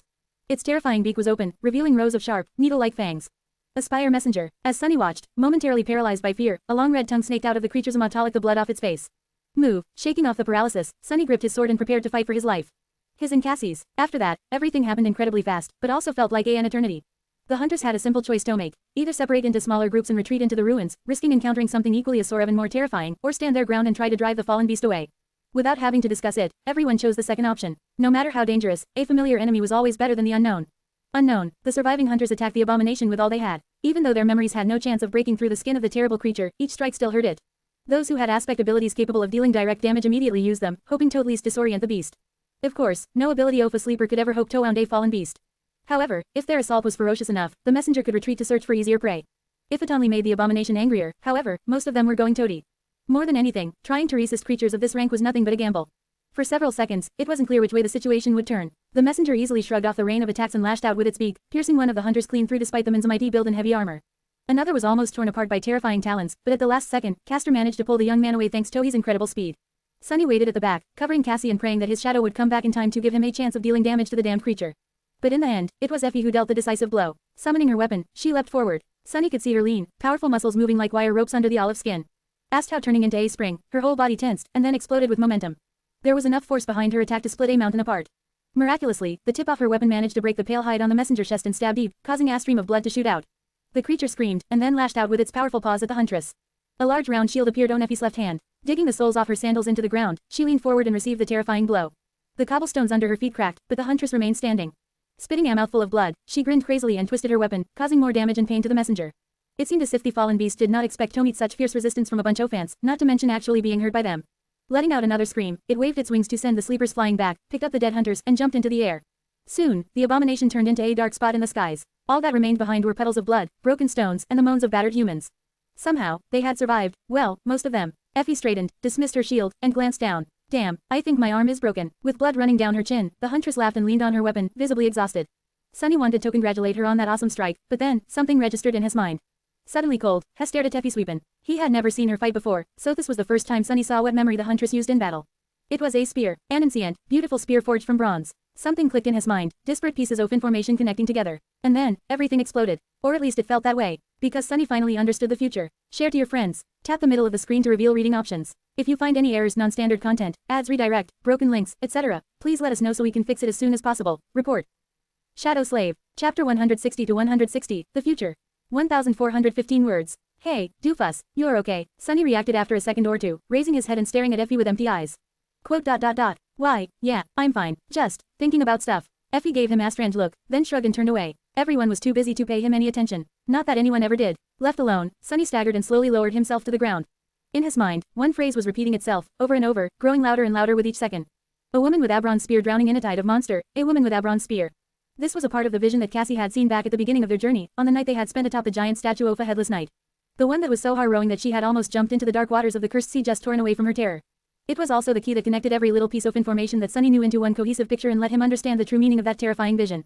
Hesh shuddered, remembering what Cassie had told them on that dark night in stark detail. I saw the human castle again. Only this time, it was at night. There was a lonely star burning in the black skies, and under its light, the castle was suddenly consumed by fire, with rivers of blood flowing down its halls. I saw a corpse in a golden armor sitting on a throne, a woman with a bronze spear drowning in a tide of monsters, an archer trying to pierce the falling sky with his arrows. All that time, Sunny was sure, for some reason, that Cassie saw the cataclysm that had devoured this land and turned it into a desolate hell, creating the Forgotten Shore. The first part of the vision was certainly referring to how the curse of the all-consuming darkness had broken free from its 7 seals. So he had just assumed that the other parts of the vision spoke about the past, too. But Effie's spear gave him an epiphany, a terrible revelation that he had been wrong all this time. That the apocalyptic images Cassie had described were not of the past, but of the future. Their future. Trembling, Sunny raised his head and glanced at Nephis, who was using her powers to help the wounded hunters, her ivory face contorted in a painful grimace. His eyes were wide and full of disbelief. It was all so clear. She was the lonely star that burned in the dark skies above the bright castle, bringing with it fire and rivers of blood. After all, her name was Changing Star. Or, depending on the runes used to write it, Star of Misfortune. The Star of Ruin. Sunny spent so much time fearing what Gunlog was going to-do with Nephis, but he should have been scared of what she was going to-do him instead. A corpse in a golden armor sitting on a throne. Why hadn't they realized the truth after seeing the Bright Lord for the first time? It was him. Gunlog was the corpse in Cassie's vision. Effie was the woman drowning in the sea of monsters. The archer, Sunny didn't know yet, but he was sure that they would meet soon. Maybe only Toady together. He had always known that Nephis was guided by some mysterious, overwhelming goal. He didn't know what that goal was, but it was certainly not here, on the Forgotten Shore. To achieve it, Changing Star had to find a way to return to the real world. Fatsy she had always been unwavering and relentless in her ambition to move forward, overcome any obstacle, endure any pain. At times, I'd even seemed asked how her conviction was more akin to an obsession. Nephis was willing to do anything to fulfill her dream. The comforting words she had told him once their first day in the dark city suddenly resounded in his mind. Only now, there was another, colder, and much darker meaning hiding beneath their surface. We will find a way to return. No matter what has to be done, we will. No matter what has to be done. There was only one way to leave the Forgotten Shore, and it lay in the Crimson Spire. No sleeper could ever hope to reach that gateway in one piece. They would need an army to even try. Maybe then, walking on corpses, 1 or 2 survivors would be able to escape from this cursed place. But Nephis didn't have an army. Yet, to gather one, she would need to kill Gunlog, usurp his power and eliminate all opposition, drowning the bright castle in blood. Only then would she be able to rally every single sleeper left in the dark city and lure them into following her on a suicidal crusade. Knowing all too well that most of them would die because of it. No sane person would follow her. They won't. Right. Sunny remembered the faces of the young men and women that had become part of their group in the last few weeks. The strange light of hope, or maybe faith, burning in their eyes. The almost religious reverence they felt toward Neffy's, no, not Neffy's. Toward Changing Star of the Immortal Flame Clan. Their personal angel. Were they sane, still? Finally, Hoy understood every part of Neff's plan. Looking at the beautiful young woman with silver hair, Sunny shivered. And then, there was the last part of the prophecy. Went their way back, Sunny felt asked how he was in a feverish dream. The magnitude of the revelation was too much for him. His mind felt weak, unsteady, and on the verge of breaking apart. He had never experienced such a deep feeling of shock. It was asked how the very core of his being was violently shaken. He wasn't equipped with the right tools to cope with it. It felt as if he was on the verge of losing it. Sunny was truly horrified. Didn't waste time trying to deal with your emotions. This is not the right time for feelings. You need to figure out how all of this affects you personally, and what you need to turn things to your advantage. After all, what was there to be scared of? That many people would die. What did their lives and deaths have to do with him? Yes, as long as she was the one left standing in the end, this whole thing might actually turn out to be beneficial. Hadn't spent the last weeks being afraid of what Gunlug was going to do with them. Well, now Heck knew that Gunlug was going to end up as a corpse. Problem solved. Wasn't crushed by the news that he would spend the rest of his life in this odious hell. Well, now that wasn't a certainty anymore. That last part of the prophecy. Everything was better than ever. And yet, no matter how much Sunny was trying to operational, he just couldn't help but be filled with terror. In the crimson light of sunset, he found a reason to leave the lodge and walk to the edge of the stone platform. No one really cared that much about his whereabouts, so it wasn't hard to disappear for a while. No one noticed that something was bothering Sunny, either. They were all accustomed to his moody behavior, anyway. Only Cassie seemed to have picked upon something. And Castor, who pretended to be carefree, but actually had a habit of watching anyone close to Neffy's like a hawk. The bastard. Reaching the very end of the stone platform, Sunny turned around and looked at the outer settlement and the magnificent castle towering above it, with hundreds of sleepers rushing to find shelter before the coming of night. A cold and harrowing feeling gripped his heart. All these people are going to die. Neff was going to kill them. Was he willing to help her do it? For some reason, Sunny wanted Tola. This whole situation was so sick and appalling that it was almost ridiculous. He was never an altruistic type, really. More than that, he always prided himself on being a cynical, selfish, and vicious person. But this was too much even for him. Grabbing his head, Sunny moaned. What am I going to do? At that moment, the sound of steps suddenly attracted his attention. A gaunt figure appeared from the slum and walked toward him. Sunny frowned. Oh, right, that guy. I had completely forgotten about him. Harper stopped a few paces away and smiled timidly. Sunless. Can we talk? Share to your friends. Enjoying this site? Support us via PayPal, Visa, MasterCard or crypto. Your donations help cover site maintenance and hosting costs. Tap the middle of the screen to reveal reading options. If you find any errors, non-standard content, ads redirect, broken links, etc., please let us know so we can fix it as soon as possible. Report. Shadow Slave. Chapter 161 to 161, Rubicon.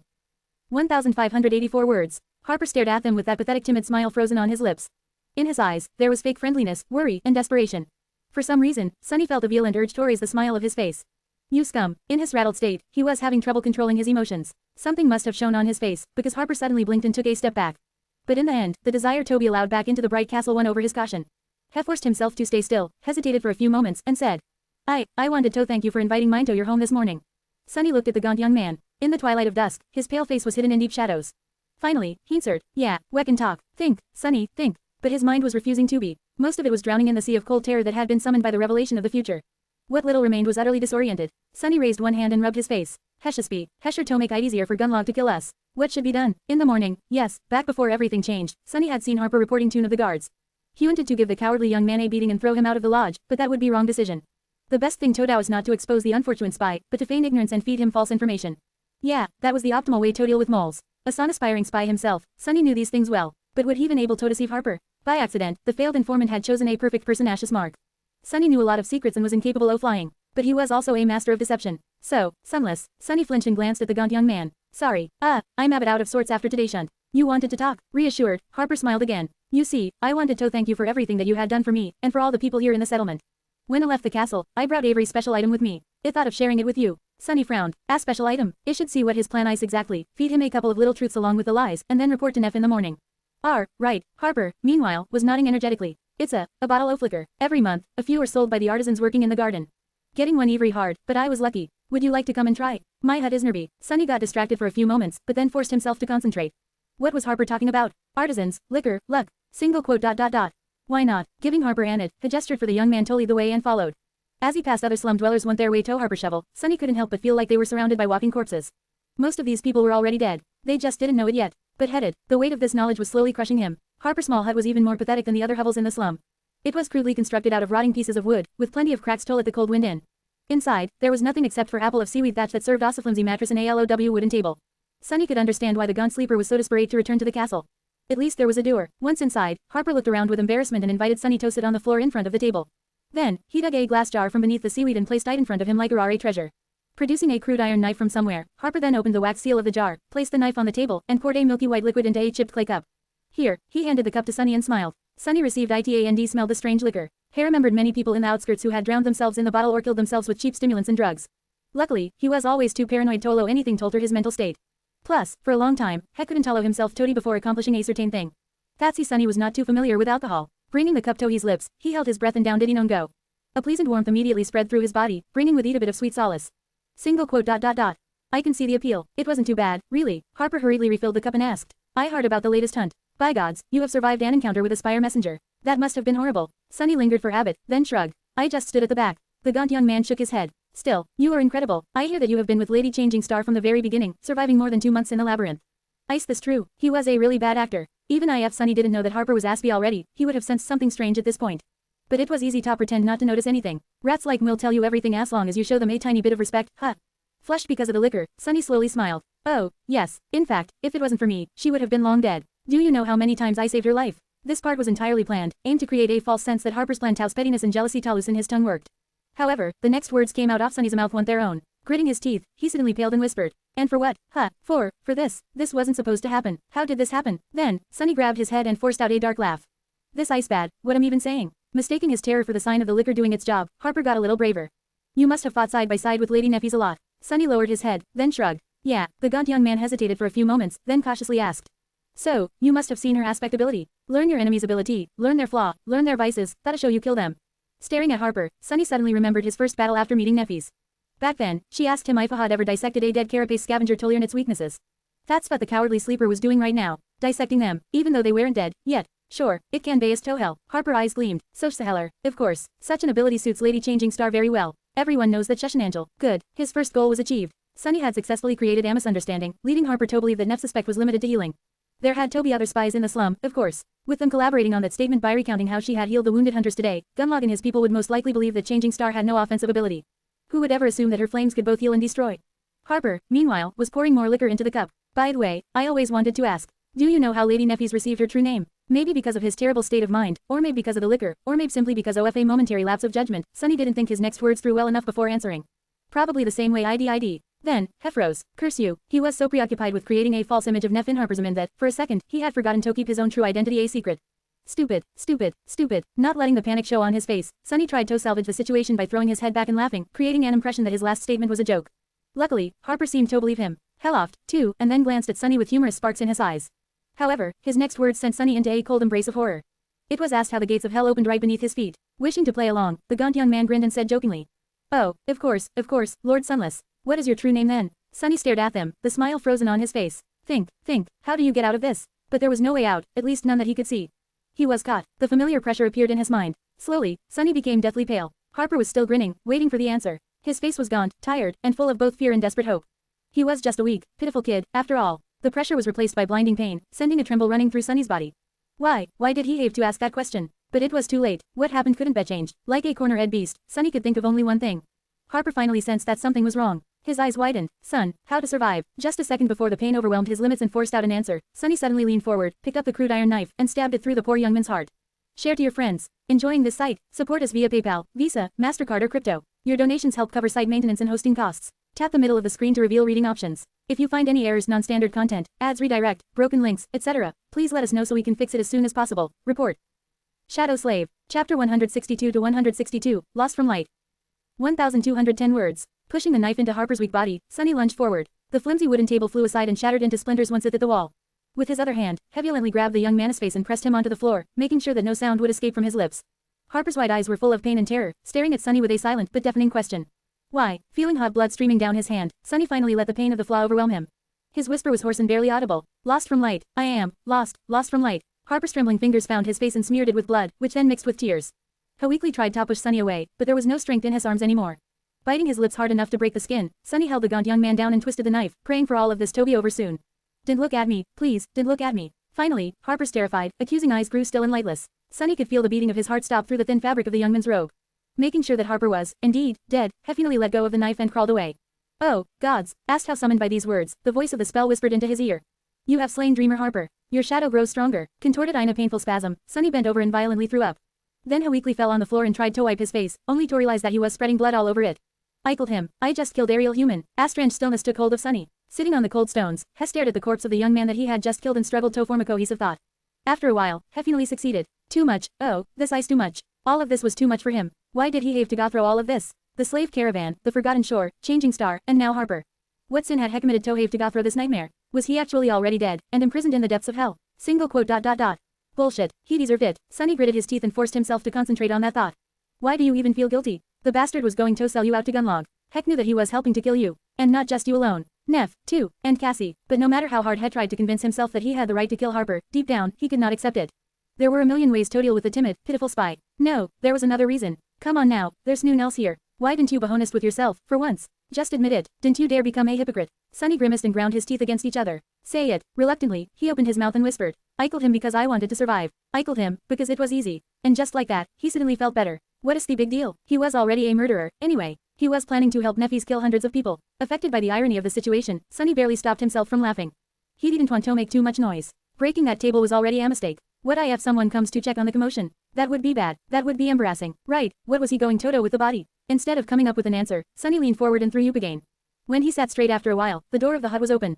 And there, in the doorframe, his face pale, stood none other than Castor. With a stunned expression on his face, the proud legacy was taking in the sight. The broken table, the smell of alcohol in the air, the bloodied body with a knife sticking out of its chest, and disheveled Sunny kneeling on the floor, his hands and face smeared with fresh blood. Oh, no, this is not. However, no words came to his mind. No matter what he would say, the situation was not going to appear any better. Looking him straight in the eyes, Castor asked with horror in his voice. Sunny, what did you do? Sunny blinked and stared at the handsome young man. After a few moments, he opened his mouth and said, What do you think? I killed the bastard. His voice was calm and nonchalant. It didn't matter how Sunny felt inside. In front of Castor, He couldn't show any weakness. He didn't trust the proud scion of the Hanli clan one bit. There had always been something off about him. So, if there was ever a time for acting, it was now. Especially because, unlike everyone else in the slum, Castor already knew that Sunny wasn't as useless as everyone believed. He had known ever since that night when the three of them fought a devil together. Why did you kill him? Sunny stood up and shrugged. He was asking too many questions. Castor opened his mouth, stunned, then closed it again. After a few moments, he suddenly frowned. What kind of questions? It seemed asked how he had realized something. Come to think of it, what was he been doing here? Oh, you know, do I know Neffys well, what her ability is, how did she get her true name, stuff like that. Without giving Castor the ability to react, Sunny wiped his hands with a bit of seaweed and added. Actually, this guy, Harper, was sent over to spy on us by Tessie. I caught him making a report to a castle guard officer this morning. Castor remained silent for a while, then asked quietly. Do you have any proof of that? Sunny glared at them and raised an eyebrow. Quote. Is my word not proof enough? A wild thought suddenly appeared in his mind. Will I have to kill Castor, too? Would he even be able to, if it came to that? Not likely. Why, you didn't believe me? Bad. The situation was really bad. Depending on Castor's next words, Sunny could find himself in Asia of trouble. And he was powerless to do anything about it. Anxious and uneasy, He stared at Castor. The proud legacy lingered. After a while, Hekame inside and closed the door behind him. No, I believe you. Actually, I suspected this kid myself. That's I came here after hearing that the two of you were seen going somewhere together. But, Sunny, the others might not think the same. He smelled the air and grimaced. I am sorry to say that, but you have a reputation for having a bad temper. With alcohol added into the mix and no proof to connect Harper to the castle, you can see how this does not look good. That piece of crap, Sunny scowled, trying to pretend that he was calm. He saw where this was going. So, what are you going to do? Castor gripped his shoulder. Then, in a serious and grave voice, he said, What else? I will help you conceal everything, of course. We're comrades, after all. But, Sunny, no one can ever know what you have done here. Especially Lady Neffys. This will be our secret. Alright, saying that, he looked Sunny right in the eyes. And smiled. Share to your friends. Enjoying this site? Support us via PayPal, Visa, MasterCard or crypto. Your donations help cover site maintenance and hosting costs. Tap the middle of the screen to reveal reading options. If you find any errors, non-standard content, ads redirect, broken links, etc., please let us know so we can fix it as soon as possible. Report. Shadow Slave. Chapter 163 to 163, The Past. 1036 words. Sunny stared at Castor with a grim expression. Despite the amiable smile and reassuring voice, Heck knew what the handsome legacy was doing. He grew up in the outskirts, after all. Castor had said, I will help you. But what he actually meant was, I will own you. Because there was no better leverage than a gruesome secret. This help of his was going to come at a price. But what choice did Sunny have, really? Unless he was ready to fight and kill Castor right there and then, thus silencing the only witness of his crime forever, Heck couldn't refuse. Plus, what Castor thought was going to happen and what would really happen was not acid in stone as it seemed. As long as Sunny was alive, there was hope of turning things around, somehow. He just had to get through this, one step at a time. Sunny forced out a smile. Thank you, Castor. I won't forget it. Then, He glanced at the dead body lying at his feet and took a step back, escaping the quickly growing puddle of blood. His face remained calm, but a small, almost imperceptible shiver ran through his body. So, what do now? The proud legacy lingered, then said in a solemn tone. First things first, we can't let anyone see you like this. Wait here for a while, I'll bring something for you to clean yourself. Sunny sighed. He didn't really want to stay anywhere near Harper, but Castor was right. Walking around covered in blood was a bad idea. And then what? Castor hesitated. Then we will need to get rid of the body. But, it won't be easy Toto without being noticed, if not by slum rats, then by guards. Don't worry, though, I'll think of something. Just wait for Mato return. Sunny hesitated, wondering if could trust the legacy. What was going to stop him from returning with a crowd of people? But no, having Sunny in his pocket would benefit Castor more than getting rid of him completely. Still, hasn't the shadow to keep an eye on things after the handsome young man went away? Left alone with the corpse, Sunny sighed and sat on the floor, resting his back against the flimsy wall of the hut. He was so tired. The night was slowly descending on the ruins, drowning everything in comforting darkness. Of course, he could still see the bloodied body lying motionless on the stones beside him. For the first time, Sunny wished that his eyes weren't able to pierce through the shadows. Harper's eyes were still open, staring at them accusingly. I am stuck with you forever, Aaron T. Without even looking into the soul sea, Sunny knew that a new shadow had joined the silent ranks of every creature he had ever killed. All he could now was wait. Time slowly crawled. It was taking Castor a long time to gather everything needed without raising any suspicion. He had to avoid prying eyes and waste a lot of time conversing with people who constantly wanted to win his attention. At some point, even Cassie talked to him. Hey, Castor, have you seen Sunny? Away from their lodge, sitting on the floor near the corpse of a young man he had killed, Sunny smiled darkly and listened to what kind of excuse the legacy would come up with to account for his absence. After a while, his thoughts began to wander. Helliston to the sound of rain falling on the stones outside and scowled. Rain always put him in a bad mood. Because of it, Sunny was always reminded of the past. Unlike Nephi's, whose past was clouded in mystery and screamed of tragedy, Hekame from a simple background.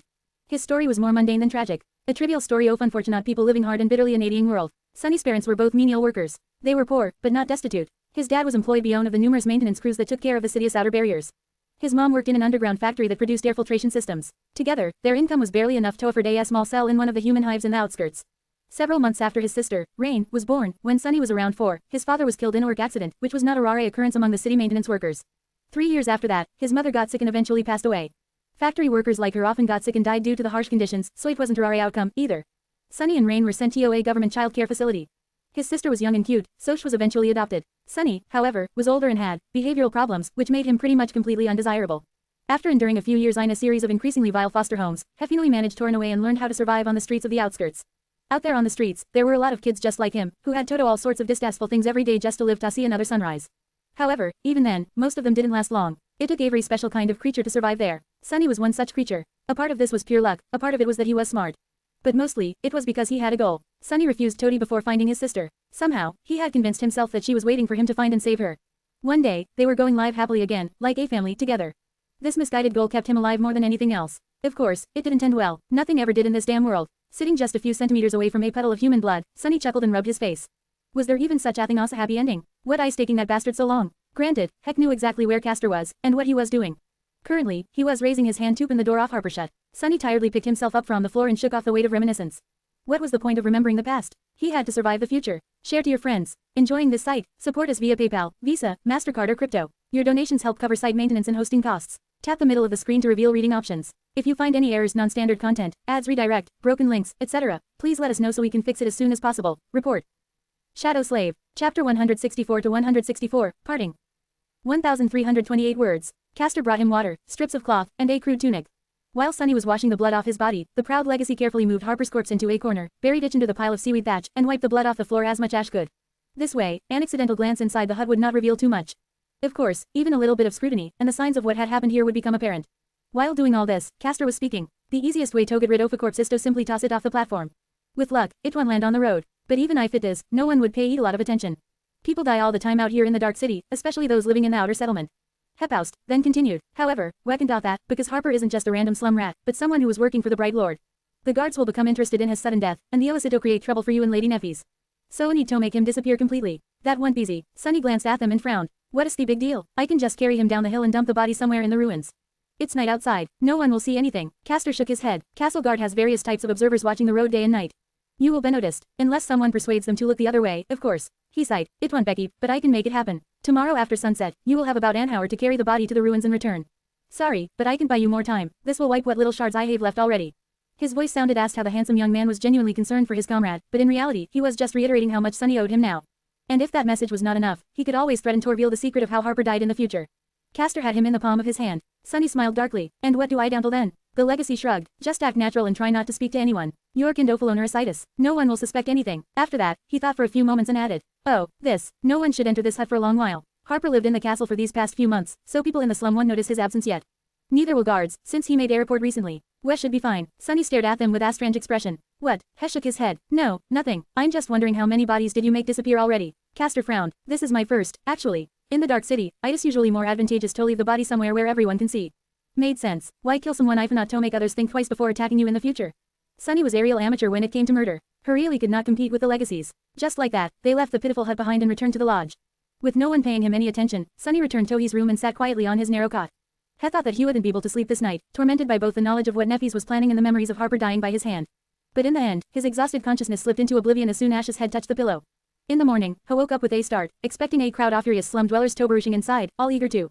Well, what could they really do? If push came to shove, very few of them could actually harm him. But no one was there. After hesitating for a while, he decided to act Ash would own any other day. Leaving his room, Sunny walked outside to wash his face. Nef's little helpers either greeted or ignored him, just like usual. Their smiles were friendly and fleeting. No one looked at them twice. Strangely disturbed, Sunny escaped the lodge and looked up at sky. Nothing had changed. Everything was the same as it had been yesterday, and every day before that. How could this be? He had violently murdered someone, but no one seemed to care. The world had moved on without Harper, indifferent to the pain and horror that were now frozen forever in the dead eyes of the timid, pitiful young man. Even the guards did not seem to notice the disappearance of their spy. Sunny rubbed his face, hiding a pained grimace. His head hurt with a terrible migraine. If they didn't care, why should I? Forget about that fool. But he did care. Irrational as it was, he felt compelled to mourn the death of his victim, even if he was the only one who would. Maybe because this situation was eerily identical to how he had always imagined his own death to happen, utterly unnoticed. Discarded and forgotten, with not a single soul to care that he had ever existed. Pathetic. Returning inside, Sunny entered his room and sat on the cot, staring at the wall. He spent most of the day there, going out only once to pretend to train with the Midnight Shard. While he was repeating the katas, he thought that he caught sight of Nefis observing the movements of his sword with a frown on her face. But a second later, she was distracted and drawn away by the never-ending torrent of tasks required of her. Good riddance. Go chat with Castor, see if I care. His sudden anger surprised Sunny. Well, at least it was better than the grim apathy that reigned over him this whole day. What is wrong with my mind lately? It's like I back on the Ashen Barrow. Frowning, he dismissed the Midnight Shard and returned to his room. However, someone was waiting for him there. It was Cassie. The blind girl stood silently with her back to the door, holding the wooden staff in her hands. Her face was unusually still. It almost looked bleak. Sunny's heart skipped a bit. Did she find out? Forcing out a fake grin, he made his voice sound cheerful and said, "Oh, hey Saz, do you want something?" She turned to him and, after a moment of hesitation, smiled. However, something about her smile was off. It was almost asked how it was asked for Stash's own. The blind girl lingered, then said, "No, nothing in particular." Sunny blinked a couple of times. What's up with her today? Meanwhile, Cassie raised her hand and found his shoulder. "No, actually, I have a present for you." He raised his eyebrow. "A present?" She nodded. In the next moment, a spark of energy suddenly traveled from her body into his. Sunny flinched. "You have received a memory. Endless spring. Wasn't it? That pretty glass bottle offers, one that contained an almost endless amount of water. Why was she giving it to him? Why are you gifting me this all Facidin?" She was silent for a few moments, then gently shook her head. "I just wanted to. Why, can't I give you something, after everything that you have done for us?" Sunny hesitated. "I guess you can. I just didn't expect it." Cassie gripped his shoulder and remained motionless for a weirdly long amount of time. Then, she looked away and said, her voice light and even. "We'll meet again soon, Sunny." Weirdo. He patted her hand and said, a little embarrassed. "Of course we will. Where would I go? This lodge is too small for us not to bump into each other all the time anyway." She slowly removed her hand and chuckled. "Yeah, you're right, of course. I'll go now." With that, she turned away and headed for the door. Sunny stared at her back and shrugged. "All right, bye. What has gotten into her?" Reaching the doorway, Cassie froze for a second. Without turning her head and letting him see her face, she lingered for a while, then quietly said, "Goodbye, Sunny. Share to your friends. Enjoying this site? Support us via PayPal, Visa, MasterCard or crypto. Your donations help cover site maintenance and hosting costs." Tap the middle of the screen to reveal reading options. If you find any errors, non-standard content, ads redirect, broken links, etc., please let us know so we can fix it as soon as possible. Report. Shadow Slave. Chapter 165 to 165, Power. 971 words. For the rest of the day, Sunny had nothing to do but count the hours until sunset. When the night descended, he would have to return to the scene of the crime he had committed, retrieve the body of his victim, and carry it into the ruins under the cover of darkness. How did it come to this? Alone in his tiny room, he stared at the wall and waited. Soon, the fear of going into the dark city at night overpowered the bleak and hollow feeling that reigned over his soul. People rarely risked leaving the hill after the dark. In the starless void of the forgotten shore, any source of light was bound to attract the attention of creatures that no human would even want to meet. Countless horrors stalked the streets of the city at night. Only a madman would risk entering the ruins after the sun was gone. Of course, there were plenty of madmen in the dark city. Sunny, at least, didn't need any light. He also knew the area surrounding the bright castle well enough to avoid most danger. The weeks he had spent learning from Effie didn't go Taoist. It should be fine. With the shadows hiding his every movement, Sunny was sure of his ability to at least run away should something happen. Still, with each passing minute, his heart felt colder and colder. When the shadow of the Crimson Spire drowned the world and colored his thoughts with the eerie feeling of dread, he gritted his teeth. It's almost time. However, before the sun completely disappeared, another unexpected guest appeared at the doorstep of his room. Looking at Sunny with a scowl, Nefis gestured for him to stand up and said in an even tone. "Come with me." Sunny's heart skipped a bit. What does she want? Suppressing the sickly fear of being caught, he lingered for a few moments, then slowly stood up and followed Changing Star out of the lodge. Together, the two of them walked to a secluded part of the slum. Nef remained silent, not even looking in his direction. She seemed calm, like always. Sunny, however, struggled to keep himself from panicking. Various thoughts, one darker than the other, found their way into his head. Did that bastard, Castor, tell her everything? Finally, they reached the remote alley where no one would have been able to overhear their conversation. It was filled with nothing but the crimson light of sunset and deep shadows. Turning around, Changing Star looked at them with a frown. Sunny met her gaze, his face grim. Hefeld asked how he was staring at this judge and executioner. I've seen you practicing with the sword today. Your moves were weak and aimless. It was as if you had lost all clarity. What were you thinking about? Sunny slowly exhaled. So, that's what this was about. She didn't know anything. She just picked up on the turmoil raging in his mind. He should have felt relieved, but for some reason, Sunny felt anger rising in his chest instead. With a crooked smile, he looked away and answered. Murder. I was thinking about murder. Neffy tilted her head, waiting for an explanation. Sunny remained silent for a few moments, then said, his voice strangely cold. You once told Meth that the essence of combat is murder, didn't you? She gave him an nod. He stared at her, then said, well, how come you know so much about murder, Neff? I wanted to ask you that since the day you cut off Andalsheed without so much as batting an eye. You are out here preaching about how we're all fellow humans, not some beasts. Was Andal not human? She scowled. Ice this what it's all about. Sunny gritted his teeth. It's a part of it. Neffy's was silent for a long time. At some point, she absent-mindedly raised one arm and rubbed her neck. Finally, she said, it's not that I have murdered a lot of people. It's that a lot of people have tried to murder me. Sunny blinked. Why would anyone want to kill you? She smiled. Why? All kinds of reasons, really. My family was really powerful once, didn't you remember? But power, it's a dangerous thing, Sunny. You can reach its peak without creating a lot of enemies. And when your power disappears one day, all those enemies remain. Turning her face away, she said with her usual indifferent voice.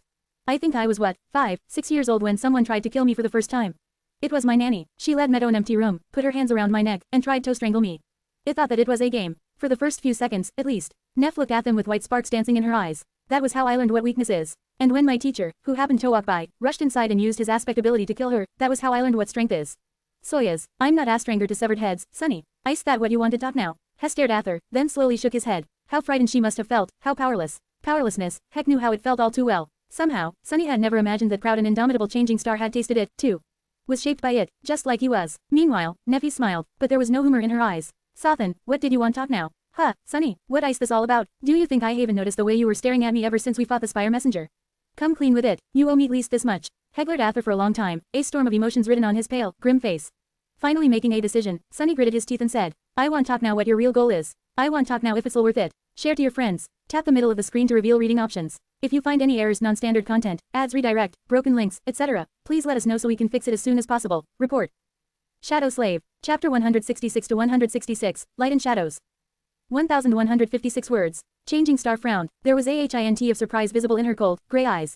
My goal isn't it obvious? She gestured to the slum that surrounded them and the magnificent castle towering above it.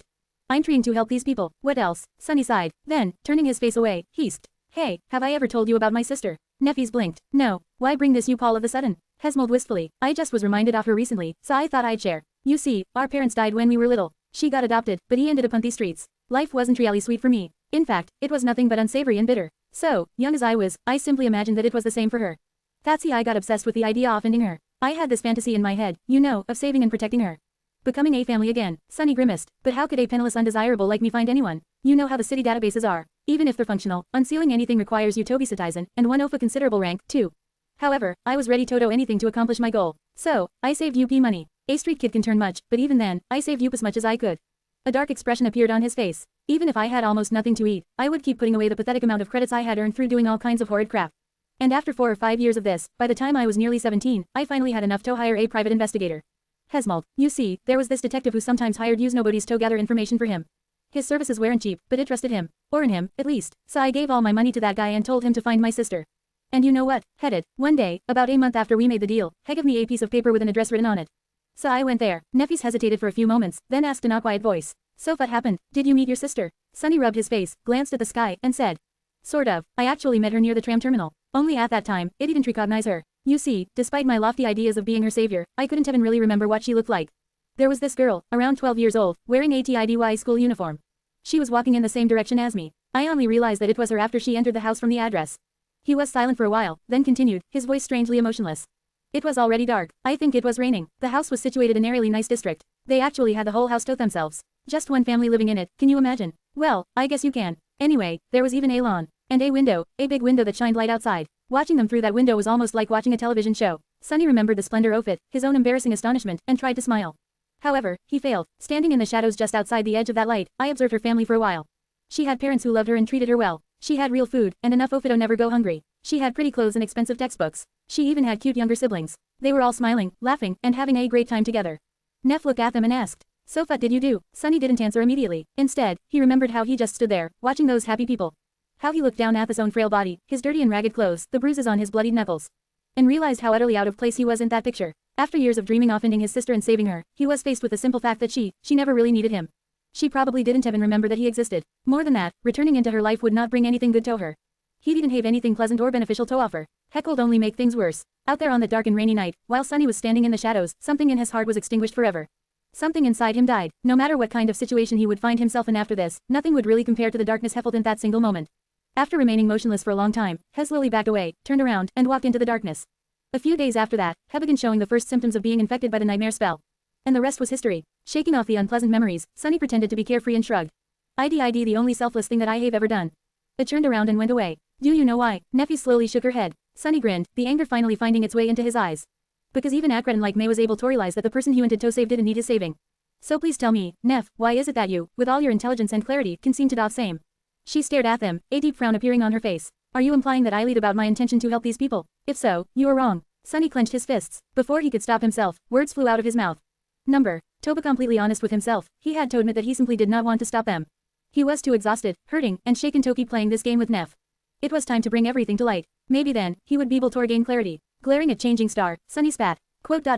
"Fuck you, Neff." She blinked. "What?" Hesmold crookedly. "I said go fuck yourself with that bullshit, Saint Neffys. You might have fooled everyone else, but I know you. I know you better than anyone else. So I didn't buy your whole savior act even for a second." Sunny repeated her gesture, pointing at the surrounding hovels. "Help these people, please. What are you going to help them with? Help them turn into corpses. You and I both know how this ends. Cassie already told us. Fire and rivers of blood, right? Is this what you're planning?" Neffy stared at them, a dark expression written on her ivory face. Her cold gray eyes weren't calm anymore. Finally, there was a burning emotion in them. Was it confusion, pain, disappointment? She opened her mouth, then closed it again. Then, Changing Star slowly shook her head. Finally, she seemed to find the right words. Looking Sunny right in the eyes, she slightly raised her chin and said, "Fine, you got me. Share to your friends." Tap the middle of the screen to reveal reading options. If you find any errors, non-standard content, ads redirect, broken links, etc., please let us know so we can fix it as soon as possible. Report.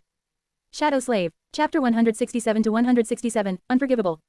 1,217 words. Sunny stared at Neffis, stunned by her answer. He didn't expect her to admit it so easily. Meanwhile, she just shrugged. "What, was I supposed to deny it? Why should I? You are the one who is obsessed with lies, Sunny, not me." The corner of Changing Star's mouth twitched. "Actually, I have to thank you. If it wasn't for you, I would have never learned how to deceive people so easily. I had a very sheltered upbringing, for obvious reasons. Communicating with others had always been something I knew very little about." She smiled darkly. "How fortunate it was to meet you, of all people, on this forsaken shore." "Lucky me, right?" Sunny blinked. What was she talking about? He remembered how, during their journey to the Dark City, Neffys had tried to mimic Cassie and how she spoke to people.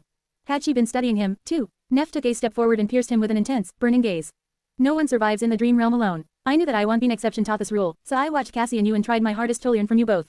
That's been a notice that nothing you ever said, or did, was true. Wasn't it? Crap." Sunny felt a cold shiver running down his spine. She scoffed. "No matter what happened, you somehow always managed to keep your real thoughts, desires, and reasons hidden. I've never seen anyone SOA department at deception. Congratulations, Sunny. The mind games you played with use are almost as devious as mental hacks of the soul devourer." It was nothing short of inspiring. Changing Star paused and shook her head. "You can even easily turn truths into lies. How? Brilliant. I never even knew that such a thing was possible. Silly me. I didn't know a lot of things before I met you." She smiled. "So, you see, while you were learning how to say sword from me, I was learning how to house people from you.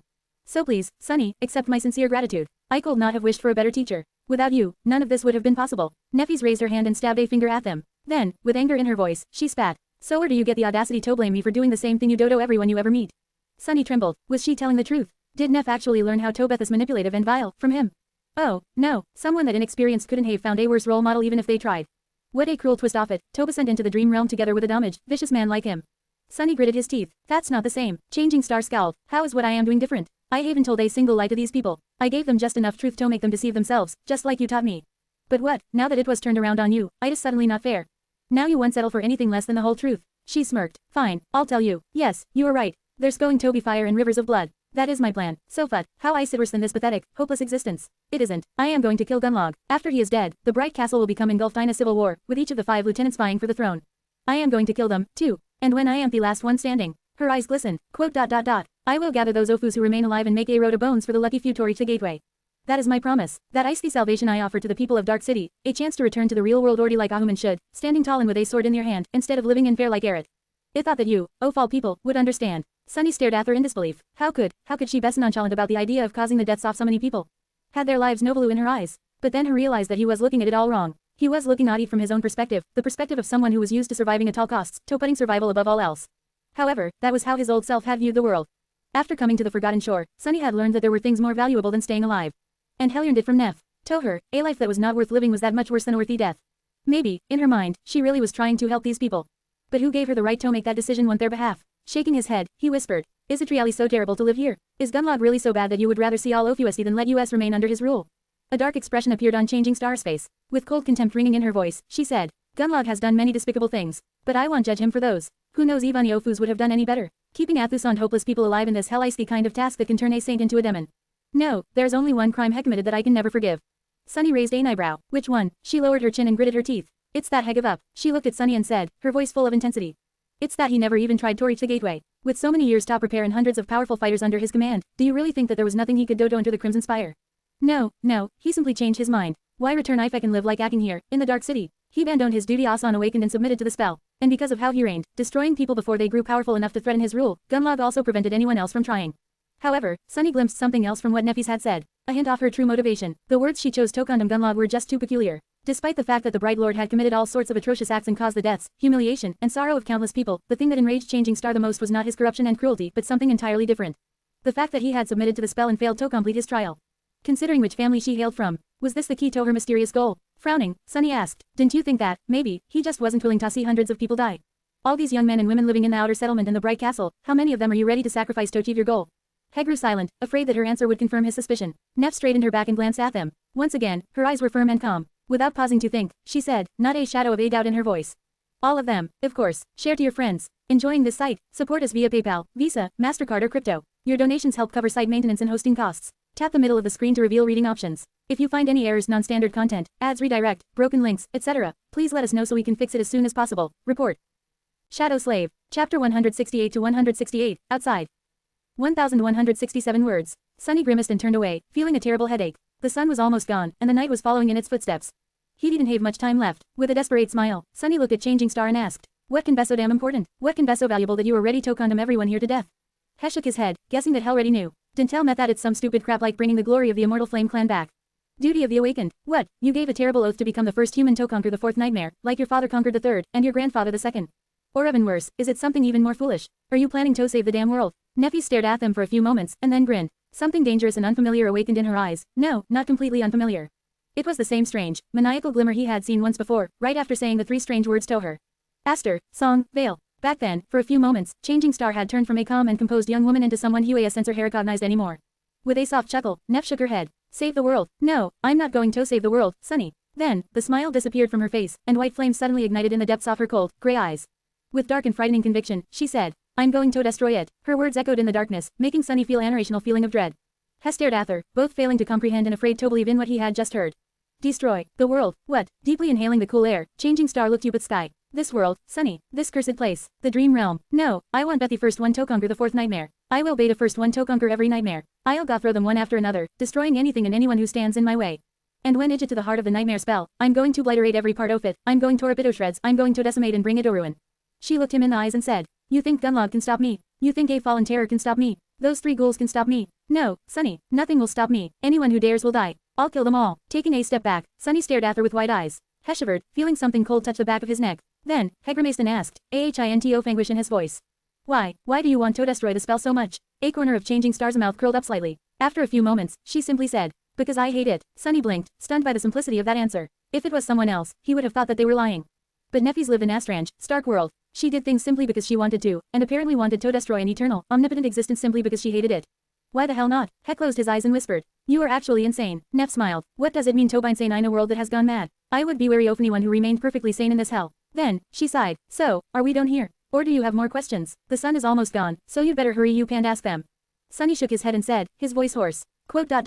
Yeah, Neff, I'm done." With that, he slowly turned around and took a step forward. Left behind, Neffys frowned. "Where are you going? Come back here." He waved a hand and said in a suppressed tone, refusing to turn his head. "Sorry, I have an errand Torin. We'll talk some other time." Her frown deepened. Looking at this back, Changing Star gritted her teeth and called, "I said come back, Sunny. This conversation isn't over. Come back here right now." But there was no answer. Sunny had already disappeared into the shadows, leaving her standing alone in the alley that was brightly lit by the last light of the dying sunset. Some time later, Sunny was walking through the ruins, Harper's dead body weighing on his shoulder. The young man was very gaunt back before he had been killed, so it wasn't much of a burden. Physically, at least, it was the early hour of the night. Surrounded by nothing but darkness, Sunny was left alone with his thoughts and emotions. But, strangely, both his heart and mind were empty. He couldn't be bothered to think or feel anything right now. It was all just too much and too sudden. Plus, he would much rather concentrate on it stumbling on some horrific monster. Ending a Peden BYA nightmare creature right now would be very ironic, but still unpleasant. He felt guilty about murdering Harper, but not enough toady while trying to dispose of the body. He would much prefer not toady for his sins. Luckily, the area he was traversing was familiar to Sunny. Heck knew which streets were comparatively safe, and which he needed to avoid. Where the really horrible monsters lived, and where he could pass without being sensed by anything. Finally judging that he was far away into the ruins, he found a partially collapsed house, climbed over the rubble, then hesitated for a few moments and threw the corpse inside. Harper's gaunt body rolled down the rocks and disappeared into the interior of the house, where no one would ever see it. Here, done. That part, at least, was finished. It was time to go back. Sunny turned around and stared at the distant silhouette of the tall hill, with the magnificent castle standing on its top. Right now, hundreds of people were sleeping there, either in the pitiful hovels of the outer settlement or in the safe and warm rooms of the ancient stronghold. Neff, Cassie, and Effie were there. Haruz, Gemma, and Gunlog the Bright Lord were there, too. And many, many others. And most of them were going toady. Looking at the white marble walls of the castle, Sunny could see his future vividly. Watching helplessly as Changing Star builds her sect. Helping her defend herself from Gunlog. Going on hunts, being invisible once he comes back. Afraid to get close to anyone, lest the same thing that happened to Harper repeats itself. Up until the moment everything ends in bloodshed and terror. Castor was there, too, waiting to use his leverage over Sunny to make him his obedient minion. Sunny wasn't deceived by the amiable personality of the handsome legacy. Heck knew that nothing good was going to come of accepting his help. In the end, he just stood in the shadows and looked into the distance, at the tiny human enclave that persevered against all odds in the cursed nightmare of the forgotten shore like a lone glimmer of light. After remaining motionless for a long time, Sunny quietly sighed, turned his back to it, and slowly walked into the darkness. Share to your friends. Enjoying this site? Support us via PayPal, Visa, MasterCard or crypto. Your donations help cover site maintenance and hosting costs. Tap the middle of the screen to reveal reading options. If you find any errors, non-standard content, ads redirect, broken links, etc., please let us know so we can fix it as soon as possible. Report. Shadow Slave. Chapter 169 to 169. Back to the Future. 1029 words. 3 months later, Sunny was back at the castle. Well, to be precise, he had returned here once before, to buy a few items that were hard to come by in the ruins. However, back then, Neffys and her cohort had been away on a hunt. No sick luck today. The moment he had been dreading for so long was finally here. Hearing Changing Star voice, Sunny slowly turned around, glanced at her, and forced out a smile. Hey, Neff, long time no see. He tried to sound casual, but a slight tremble betrayed the storm of emotions raging in his heart. Why did she have Toby here? The turmoil of their sudden meeting was exasperated by the fact of how different they looked. The past months only made Neffys appear more radiant and splendid. Her white armor was pristine and graceful, her silver hair clean and combed. Sunny, on the other hand, looked like apple of dirt that had somehow come to life. Both Han the puppeteer's shroud had seen better days. He didn't want to see her, but even more than that, he didn't want her to see him in this sorry state. What if Neff gets the ridiculous idea that he was somehow miserable after falling out with her? Nonsense. He was doing better than ever. Hell of Vinopolis, ate delicious food every day, and had even become incredibly wealthy. Ivanyon should be miserable, it would be her. You do realize that you said that out loud, do you? Sunny blinked, remembered where he was, and stared at Changing Star in shock. Huh, what? She smiled with a corner off her mouth. You just zoned out and mumbled, why did she have Toby here, under your breath? That was not very polite. Sunny hid his embarrassment behind a grin and said, yeah, well, I'm in it. Neff sighed, I'm glad to see you too, Sunny. It is good that you're alive. Trying to conceal his discomfort, he shrugged. What, you didn't expect me to survive without you? She looked at them for a while and slightly shook her head. No, on the contrary, I knew that you would be fine. Then, she paused for a moment and added in a flat tone. After all, a cockroach like you is not easy to kill. Sunny scoffed. Now who's being impolite? Neffy stared at them in confusion for a couple of moments, then chuckled. Oh, sorry, I meant to compliment. He was glad to see Neff, too. As much as Sunny wanted to deny it, he had desperately missed her calm presence.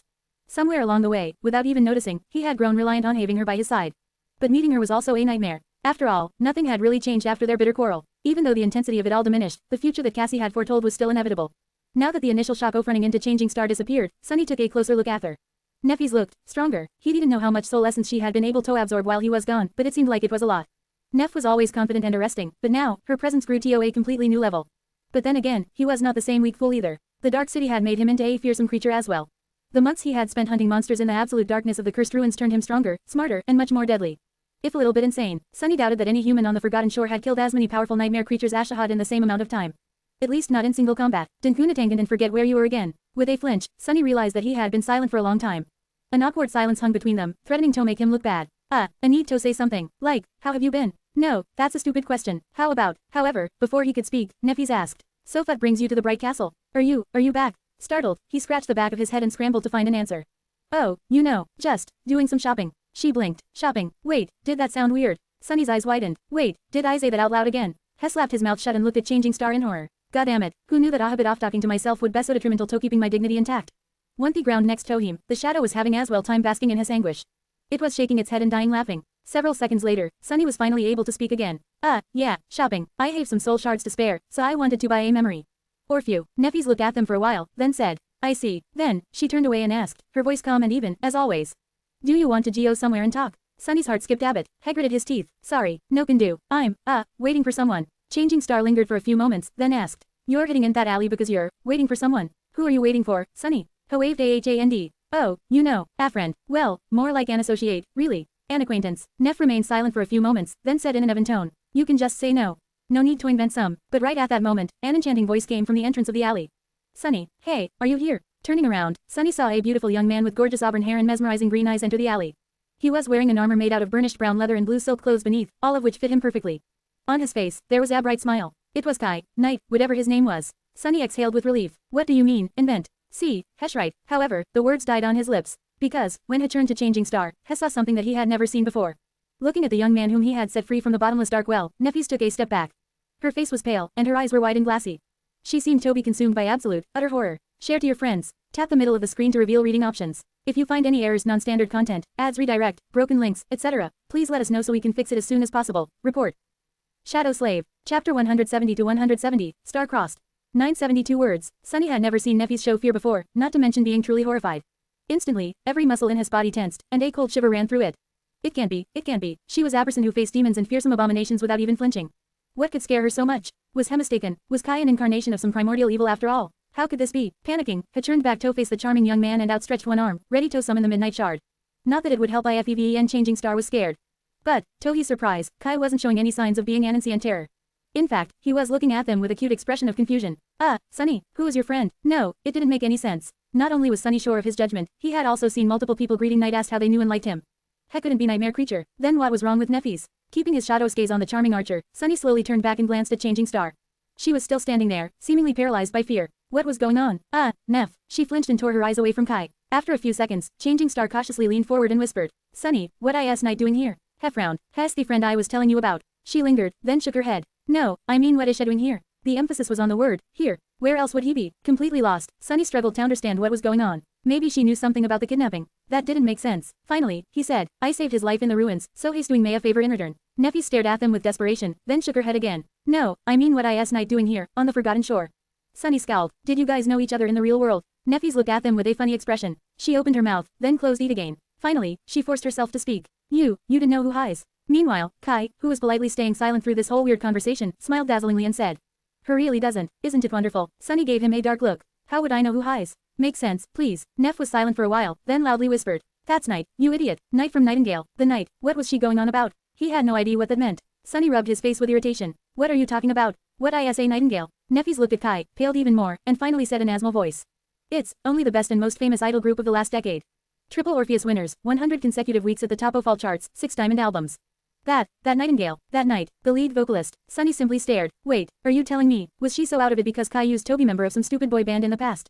Changing Star was not horrified, she was starstruck. Remained silent for a while, and then exploded into laughter. Gods, oh gods, Neffy's ice fangirl, what the spell, that's too funny. Come to think of it, when they first met, she had been wearing headphones the whole time. He should have realized that Neff was into music much earlier. Mighty and stoic Changing Star, brought down by a dainty idle boy. That was just too hilarious. Huey sent Evan jealous. What were the chances of meeting her bias in the damn dark city? You couldn't come up with that crap. Asha was dying from laughter. Both Changing Star and Kai glared at them with difficult expressions. However, Sunny just couldn't stop. His laughter only died down after he began wheezing. Sorry, I just didn't expect it from you. Oh, gods. As for your question, Knight has been here for about 2.5 years. He lives in the castle. Neffy seemed thoughtful for a few moments, then glanced at Kai with wide eyes. 2.5 years. But I thought that Nightingale was just on hiatus because of Gale solo project. Oh, there's a Gale, too. I can Tevin. Kai smiled apologetically. I'm afraid not. I have indeed spent all this time here, in the Dark City. My agency had to come up with some cover story, I guess. With how things are, they can Tevin spin things and release a posthumous album, poor guys. You know, since I'm not technically dead, or even hollow. Just asleep. Neff gave him an ashy nod. Oh, I see. Trying to remove the awkward atmosphere, Kai offered her another smile. By the way, it's nice to meet another friend of Sunny's. What a surprise. I thought that he was a complete, a solitary person. I'm sorry, but I didn't catch your name. Was it Neff? Looking at them, Sunny grinned. Then, he cleared his throat and said in a relaxed tone. Alright, I forgot to introduce you. Sorry, my bad. Knight, this is Neffys. Although these days she goes by another name. You might have heard it, meet Changing Star of the Immortal Flame Clan. Now, it was Kai's turn to stare at Neff with horror. The corner of his eye twitched. However, perhaps due to his idol training, he managed to hide his emotions much faster. Blinking a few times, he lingered for a moment, and then said in his smooth, enchanting voice. Oh, it's a pleasure to meet you, my lady. I have heard so much about you. It is an honor. Neffys turned away, trying to hide a hint of blush on her cheeks. Staring at the wall of the alley, she hesitated, then awkwardly said. So, your friend is already here, Sunny. Can we go have a talk now? She glanced at them and added after a bit of hesitation. I have something important to discuss with you. It's a matter of life and death. Share to your friends. Enjoying this site? Support us via PayPal, Visa, MasterCard or crypto. Your donations help cover site maintenance and hosting costs. Tap the middle of the screen to reveal reading options. If you find any errors, non-standard content, ads redirect, broken links, etc., please let us know so we can fix it as soon as possible. Report. Shadow Slave. Chapter 171 to 171, Tether. 1015 words. Sunny blinked a couple of times, digesting her words. A matter of life and death. If Neffys used these words, the situation was indeed dire. She was not someone to throw words to the wind. However, she was also not to be trusted. No matter how much Sunny wanted for things between them to go the way they had been before, Heck knew that it was impossible. There was no way back for either of them. Sunny knew the true face of Changing Star now. He had seen the endless force of her conviction. In the flaming white inferno of her soul, all things were reduced to ash. Human concepts like loyalty, mercy, and affection had no hope of escaping that annihilation. No matter what bonds connected them, Sunny could not trust Neffys to put them above her boundless obsession. If push came to shove, she would sacrifice anything, or anyone, to achieve her goal. Including him. At least that was what He believed. What is more, despite the fact that she tried to hide it, Sunny could feel that Neff's demeanor toward him had changed as well. He couldn't tell how exactly, but there was something almost imperceptibly different about how she looked at them. Once broken, trust was not easy to put back. Perhaps it was simply impossible, and yet, despite all that, was he really capable of refusing her plea for help? Sunny sighed and closed his eyes for a moment. No, he didn't think he was. Even if things between them became strained, she was still one of the only two people he cared about in this world. The way he felt toward Neff was almost like a second flaw. No matter how much he wanted to, he just couldn't get rid of it. Somewhere along the way, it had taken root in his soul. He had hoped that it will wither and die if they were apart, but instead, it just grew stronger. And now there was no escape from it. Sunny could feel himself being pulled back into the mess of humanity once again. Damn it, this was exactly why he had been reluctant to return here. After suffering so much to leave Eagle behind, why would he ever want to abandon his peaceful, pleasant, delightful life of solitude? Curses, but he just couldn't refuse Neff. However, that didn't mean that he was going to become her compliant sidekick again. Even if they were going to work together, they were going to wait in his terms. Focus, you came here to purchase memories to for the Stone Saint. Changing Star was looking at them expectantly. Sunny tried to appear confident and casual. Ash said, we can have a talk, but not right now. I'll come find you when I'm done with my business. Whatever it was that she wanted to discuss, it could not be extremely urgent. After all, Neffys had no idea that he was going to return from the ruins today. If there was no time Taoist, she would not be wasting it in him, logically. Changing Star was silent for a few moments, her face indifferent. Then, finally, she answered in a flat tone. That is fine, you know where to go. Sunny smiled. Oh, and if you didn't mind, I'll bring Night with me. Both of them stared at them with the same doubtful expression. You will. Turning to the charming young man, Sunny pretended to be surprised by his question. Didn't you want to meet my other friends? The obable tones are all your stupid questions, for sure. Knight hesitated. Quote. I guess. Wonderful. Sunny gave him an and glanced at Neffys, who was clearly wondering if her idol could really be trusted. It's decided then. Now, if you'll excuse us. Truth be told, he didn't trust the pretty archer that much either. But his ability to detect lies would come in incredibly handy during the conversation with Changing Star. She was the one and only graduate of Sunny's school of deception and lies, after all. Pushing Kai away, he waited until they were at an appropriate distance and asked. So what did you find out about the memories? Soon enough, they were entering the bright castle. Sunny felt strange returning to the splendid, suffocating place. This time, Hekame Ace, a guest of a well-regarded resident, not a Soslam dweller seeking to exchange a soul shard for a moment of respite from the cold, darkness, and terror. The guards did glance at them with disdain, but remained passive. Walking under the swinging skulls, they entered the familiar hall of beautiful colored glass windows. The opulent desk that Harper used to sit behind was still there, only now, a similarly downtrodden young woman was scribbling on a piece of parchment instead. The world didn't care about the death of little human. It just moved on, instantly replacing that which was lost. Forgetting it, Sunny grimaced. So, you did find Meso memories to buy. What are the prices? Kai smiled, gestured him to follow, and said, you won better. I actually managed to get USAN invitation to the memory market. Sunny frowned. A what? Never heard of it. The charming young man gave him an id. That's not surprising. It's a place where you can peruse various memories and purchase them for an acceptable price. I say acceptable, but you know who has all the shards in this place. So, usually, they only let the members of the host in. Made sense. Gunlod would never allow memories to freely circulate among people who did not belong to him. The guards and hunters, though, needed a place to exchange memories that didn't fit their aspects for either shards or something that did.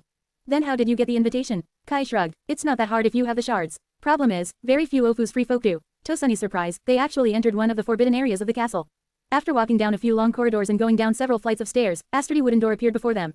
There was a symbol Ofu sword and shield drawn on it. Winking at them, Knight opened the door and walked inside. Sunny followed. Once he saw the interior of the room, his eyes glistened with excitement. Share to your friends. Tap the middle of the screen to reveal reading options. If you find any errors, non-standard content, ads redirect, broken links, etc., please let us know so we can fix it as soon as possible. Report. Shadow Slave. Chapter 172 to 172, Memory Market. 1154 words. Behind the door, there was a medium-sized hall that had no windows. It was illuminated by a strange lantern that levitated in its center, radiating a bright and stable glow. Along the walls of the room stood various weapon racks, wooden mannequins dressed in full suits of armor, and tables with a wide assortment of beautiful and intriguing objects placed upon them. All of it, the weapons, the armors, the objects, even the levitating lantern, were memories. Sunny felt a thundering thought explode in his mind. For a few moments, he was only able to think about one thing. Money, that is so much money. Inside this unassuming hall hid a fortune that could rival that of an entire corporation.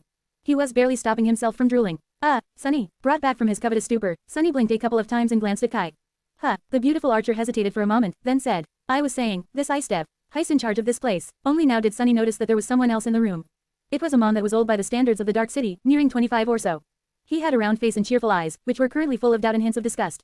His gaze, of course, was aimed at Sunny. Have you looked in the mirror, bastard? Apart from his extremely tall stature, there was one other special thing about Steve's appearance, and it was that he was fat. He was the first obese person that Sunny had met in the Dark City. Having ably like that in a place like this must have required a lot of work, talent and dedication. He didn't know whether Toby impressed or repelled. In any case, Sunny decided to not get on Steve's bad side. He wouldn't want to get eaten by this ogre, after all. Nice to meet you, Steph. I'm Sunny. The ample giant looked down at them, then glanced at Kai, and said in a strange voice. Knight, my dear friend. Are you sure this dirty vagrant is a customer? Sunny frowned. Be civil. Hey, fat bastard. Are you sure that this dirty vagrant won't break every bone in that fat blob you have for a body? In the dead silence, both Kai and Steph stared at them with wide eyes. Then, Steph leaned back and let out a thunderous laugh. This little gremlin is a funny one, Knight. Well, good, very good. If there's something alack in this cave, it's entertainment. Chuckling, Hesh shook his head and said, still, my goods aren't cheap, my dear friend. Sunny. A good memory will cost you atos and shards, at least. Much more if you want something really useful. Are you sure you have the means to shop here in my emporium? How many shards can Aslam rat like you have? Sunny blinked. I think there was a misunderstanding. Have you seen me? Do I look like someone who would ever be able to buy something from you? Of course not. I've never even absorbed a single soul shard. That should tell you how many of them I have. Kai gave him a strange look. Because of how confident Sunny had been while traversing the ruins, he must have assumed that his companion was sufficiently powerful. However, now he suddenly learned that Sunny had never absorbed any soul essence. With his ability Tozen's lies, the charming archer would know that it was the truth. Well, of course it was. He absorbed plenty of shadow fragments. Instead, Sunny gave away that misleading secret on purpose. He didn't want Knight to start questioning the amount of soul shards he was about to spend.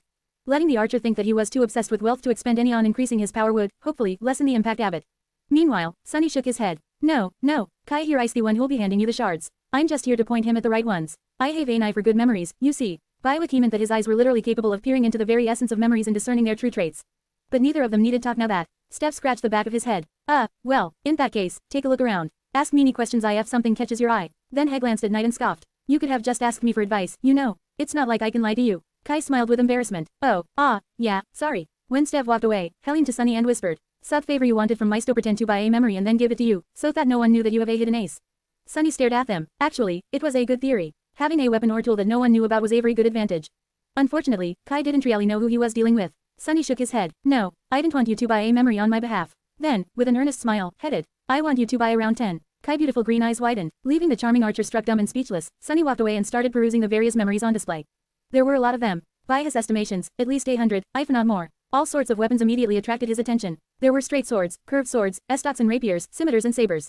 Various daggers and knives called tohim, shining in the bright light on the enchanted lanterns. There were atos and orso of pole arms, from spears to glaives to halberds to naginatas. Several battle axes were displayed nearby. Further away, war hammers, maces, and flails radiated a silent feeling of crushing force. A few bows received a dreamy look from Kai. There were suits of armor, too. From leather to metal, light to heavy, scale to plate. Elegant, unrefined, graceful, barbarous, whatever a person could wish for. Some of them were shaped like actual armor, others looked like cloth garments. Placed on tables, various objects begged for his attention. Gods only knew what enchantments they possessed. Well, to be precise, gods and Steph. And Sunny, walking among the memories, he would periodically place his hand on them. Immediately, the inner weave of the memory would be laid bare to his eyes, which were changed forever by the drop-off weaver's ichor. Studying the logic of the weave, he was able to glimpse its purpose. Of course, there weren't any truly remarkable memories in the hall. Who would want to sell something like that? However, even then, he managed to separate really good ones from simply acceptable, from borderline awful. That last category was what Hekame here for. Quantity over quality, remember. Sunny was almost done choosing the absolute worst memories out of them all when his sight suddenly fell on a badly illuminated corner. In that corner, covered in a thick layer of dust, stood a seemingly discarded pseudo-farmer.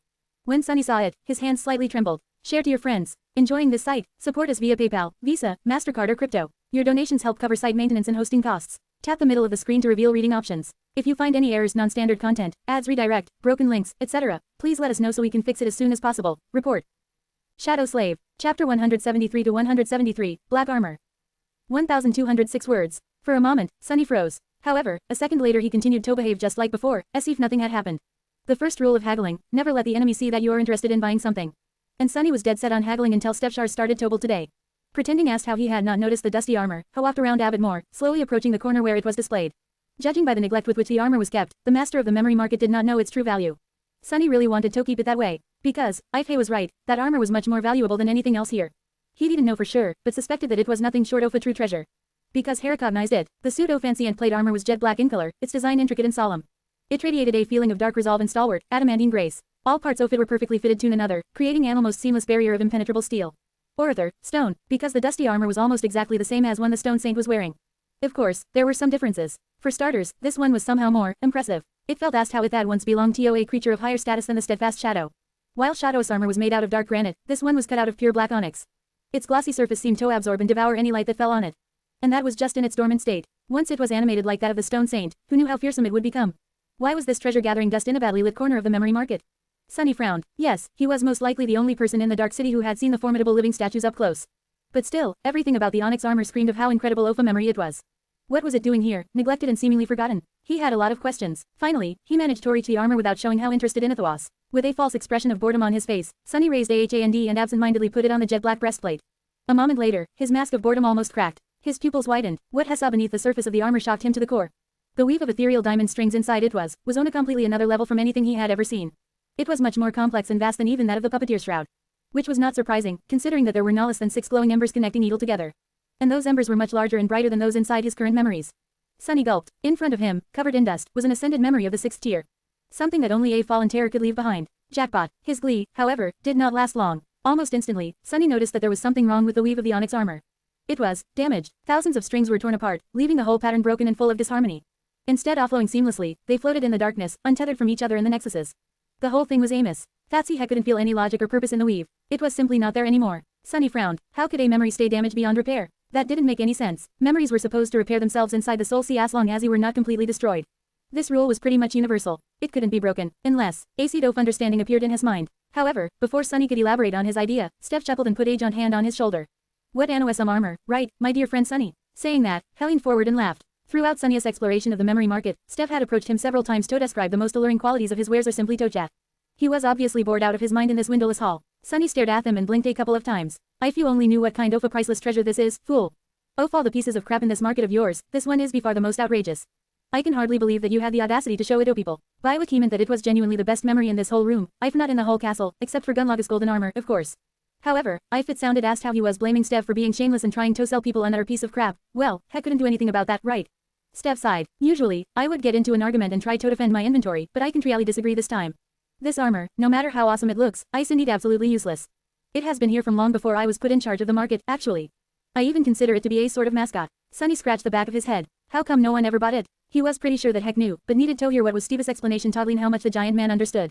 Steph shrugged. Why would anyone buy it? Have you not noticed that it's made of stone? Like, actual stone. It's so heavy that not even Tessai can move under all the weight. Maybe an awakened would be able to, but 2 sleepers, wearing this armor is pretty much like trying to walk around dressed in a mountain. And that stone is not that hard to break, too. He looked at the onyx armor inside. Actually, this armor has quite a story. It didn't belong to a member of the legendary cohort that conquered this castle. Some even say that it belonged to the First Lord himself. Supposedly, it had an enchantment that made it much lighter back then. He looked at the armor with doubt. But when they were fighting some ancient terror, maybe the spire messenger who lived here, the armor was seriously damaged. Something went very wrong, the enchantment was broken, and it turned into a piece of stone. It is so damaged that even the spell can make sense of it, simply describing it as unknown this. Quote, Sunny had to force himself to not hold his breath. The Stone Saint was, supposedly, created beyond of the unknown. It made sense that the armaments of her kind were, too. Regardless, it didn't matter that much. He was now pretty sure that Heck knew why the onyx armor was remaining in its dormant form and couldn't repair itself. It had to do with the difference between the sleepers and the awakened. Once a sleeper finished his trial by walking through a gateway, they would take the final step to becoming a true awakened. Their way of entering the dream realm would change, their aspect would unlock a second ability, and their core would evolve to the next rank. There was a quantitative jump in power, but most of the difference came from the qualitative one. Share to your friends. Tap the middle of the screen to reveal reading options. If you find any errors, non-standard content, ads, redirect, broken links, etc., please let us know so we can fix it as soon as possible. Report. Shadow Slave. Chapter 174 to 174, Shopping Spree. 1172 words. Just like dreamers gain the ability to perceive and interact with soul cores, awakened were able to interact with soul essence. By channeling it inside their bodies, they were able to utilize it more efficiently and achieve greater results. The ability to channel soul essence was also vital to unlocking the full potential of higher rank memories. Besides the general rarity of such memories, there was another reason why legacy clans did not just equip their scions with weapons of tremendous power and let them sail to the gateway without meeting any resistance. It was because sleepers simply had no way to activate powerful enchantments. Even Gunlog was mostly using his transcendent armor just for its durability, with a single passive enchantment serving a nice but unimportant bonus. In the hand often awakened with the ability to channel soul essence into it, the golden armor would have been far more formidable. Which is where the paradox that rendered the onyx armor unusable came into play. From his experience dealing with the Stone Saint, Sunny knew that her armor, just like the strange creature itself, had a very special spell weave. It was, in a sense, a living armament. Unlike most memories that could function on their own, it was simply a piece of dead stone when the main enchantment wasn't active. So, after the onyx armor was damaged, it had to be awoken with soul essence to assume its true form and repair itself. However, there was no human on the Forgotten Shore capable of channeling soul essence, and Soiterman had broken, which in turn made it useless to all the humans here. What a shame, that all able to buy it for a measly sum of soul shards from these fools and feed enemy shadow, ha. Sunny didn't really care whether the armor was intact or not. All he cared about was that it had 6 ascended embers that his stone saint could devour. Maybe she'll even gain something extra because of her close affinity with the armor. After all, they came from the same source.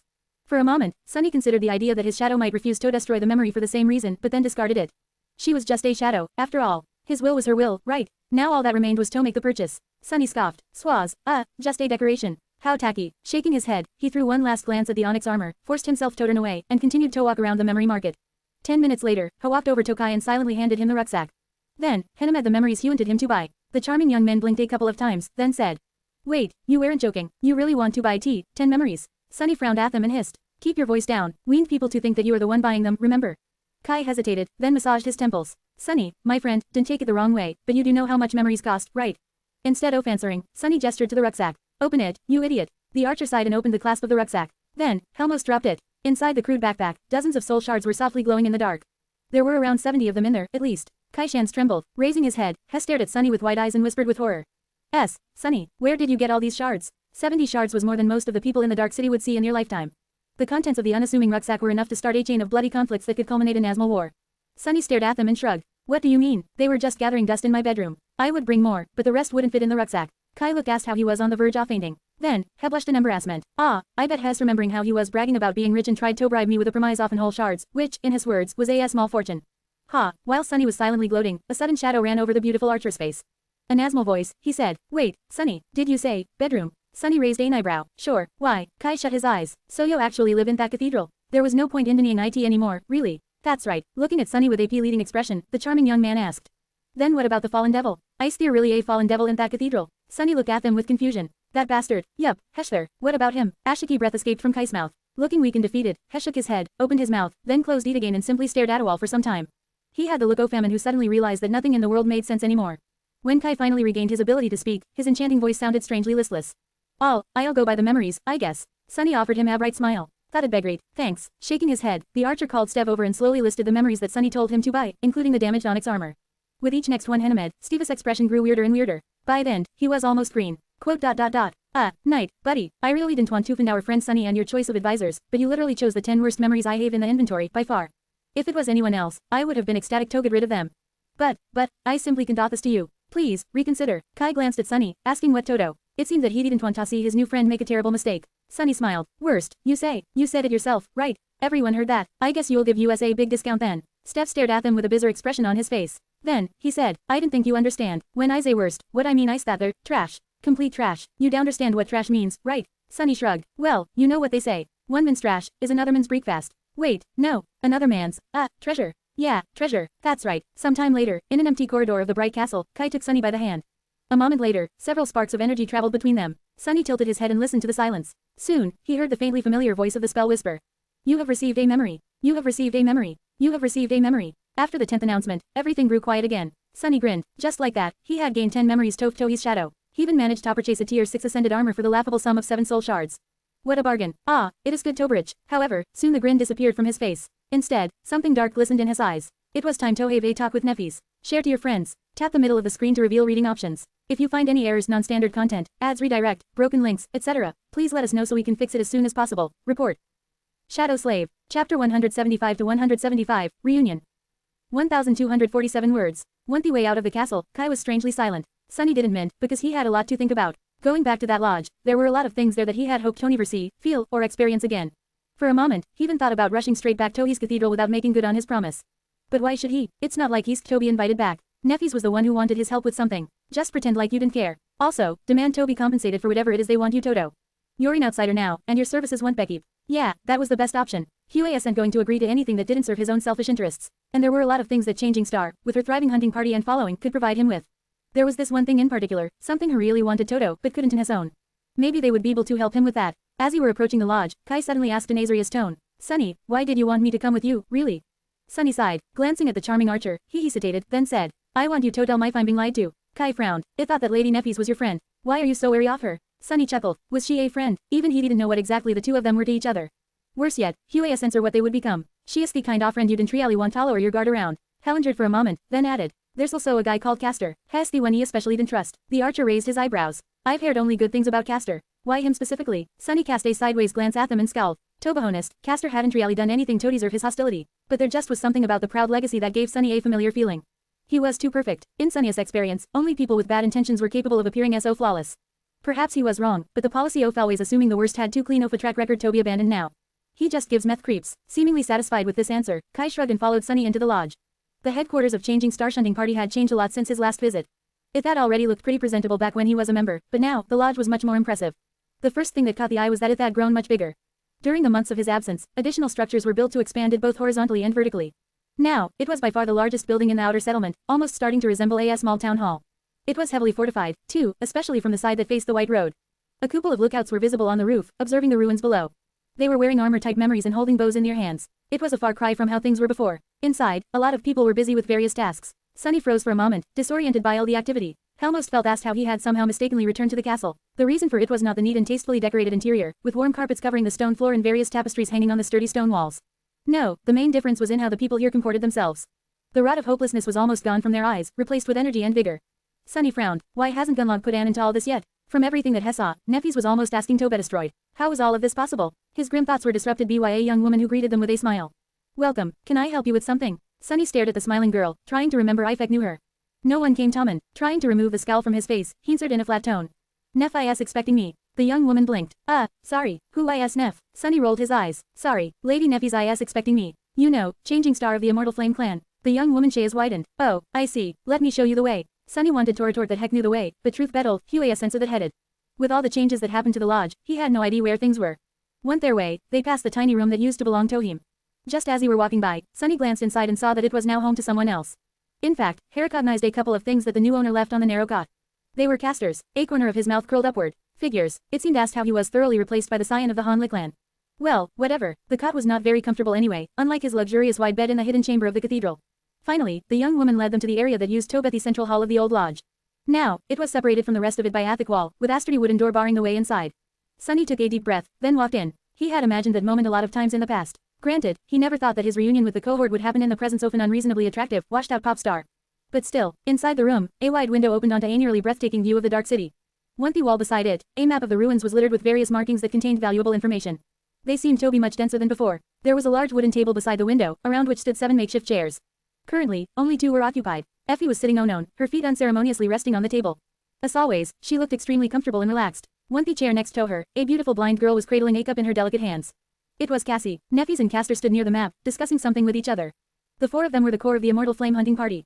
Once Sunny and Kai entered, everyone turned to them. Sunny put on a brave face and forced out a grin. Oh, so many familiar faces. Hi, everyone, no need to say how much you missed me. Anyway, this is Kai. Kai, say he to everyone, these are Cassie, Castor, and Effie. You already know Neffys. Giving him a strange look, the charming archer smiled dazzlingly and said in his stupidly beautiful voice. Hello, Lady Neffys, Cassie, Castor, Huntress Athena, it's re nice to meet you. Cassie giggled. You won't believe it guys, I thought I just heard Knight from Nightingale say my name. Crazy, right? Kai blinked. Oh, sorry, I am Knight from Nightingale, actually. Effie leaned forward and extended one arm. Cassie's face, meanwhile, grew deathly pale. An expression of utter terror appeared on it. Her hands trembled, and the cup she was holding fell from them. Catching the cup just a moment before it hit the floor, Effie sighed and shook her head. Every time, this happens every time. Sunny furrowed his brow and glanced at the beautiful archer with disdain.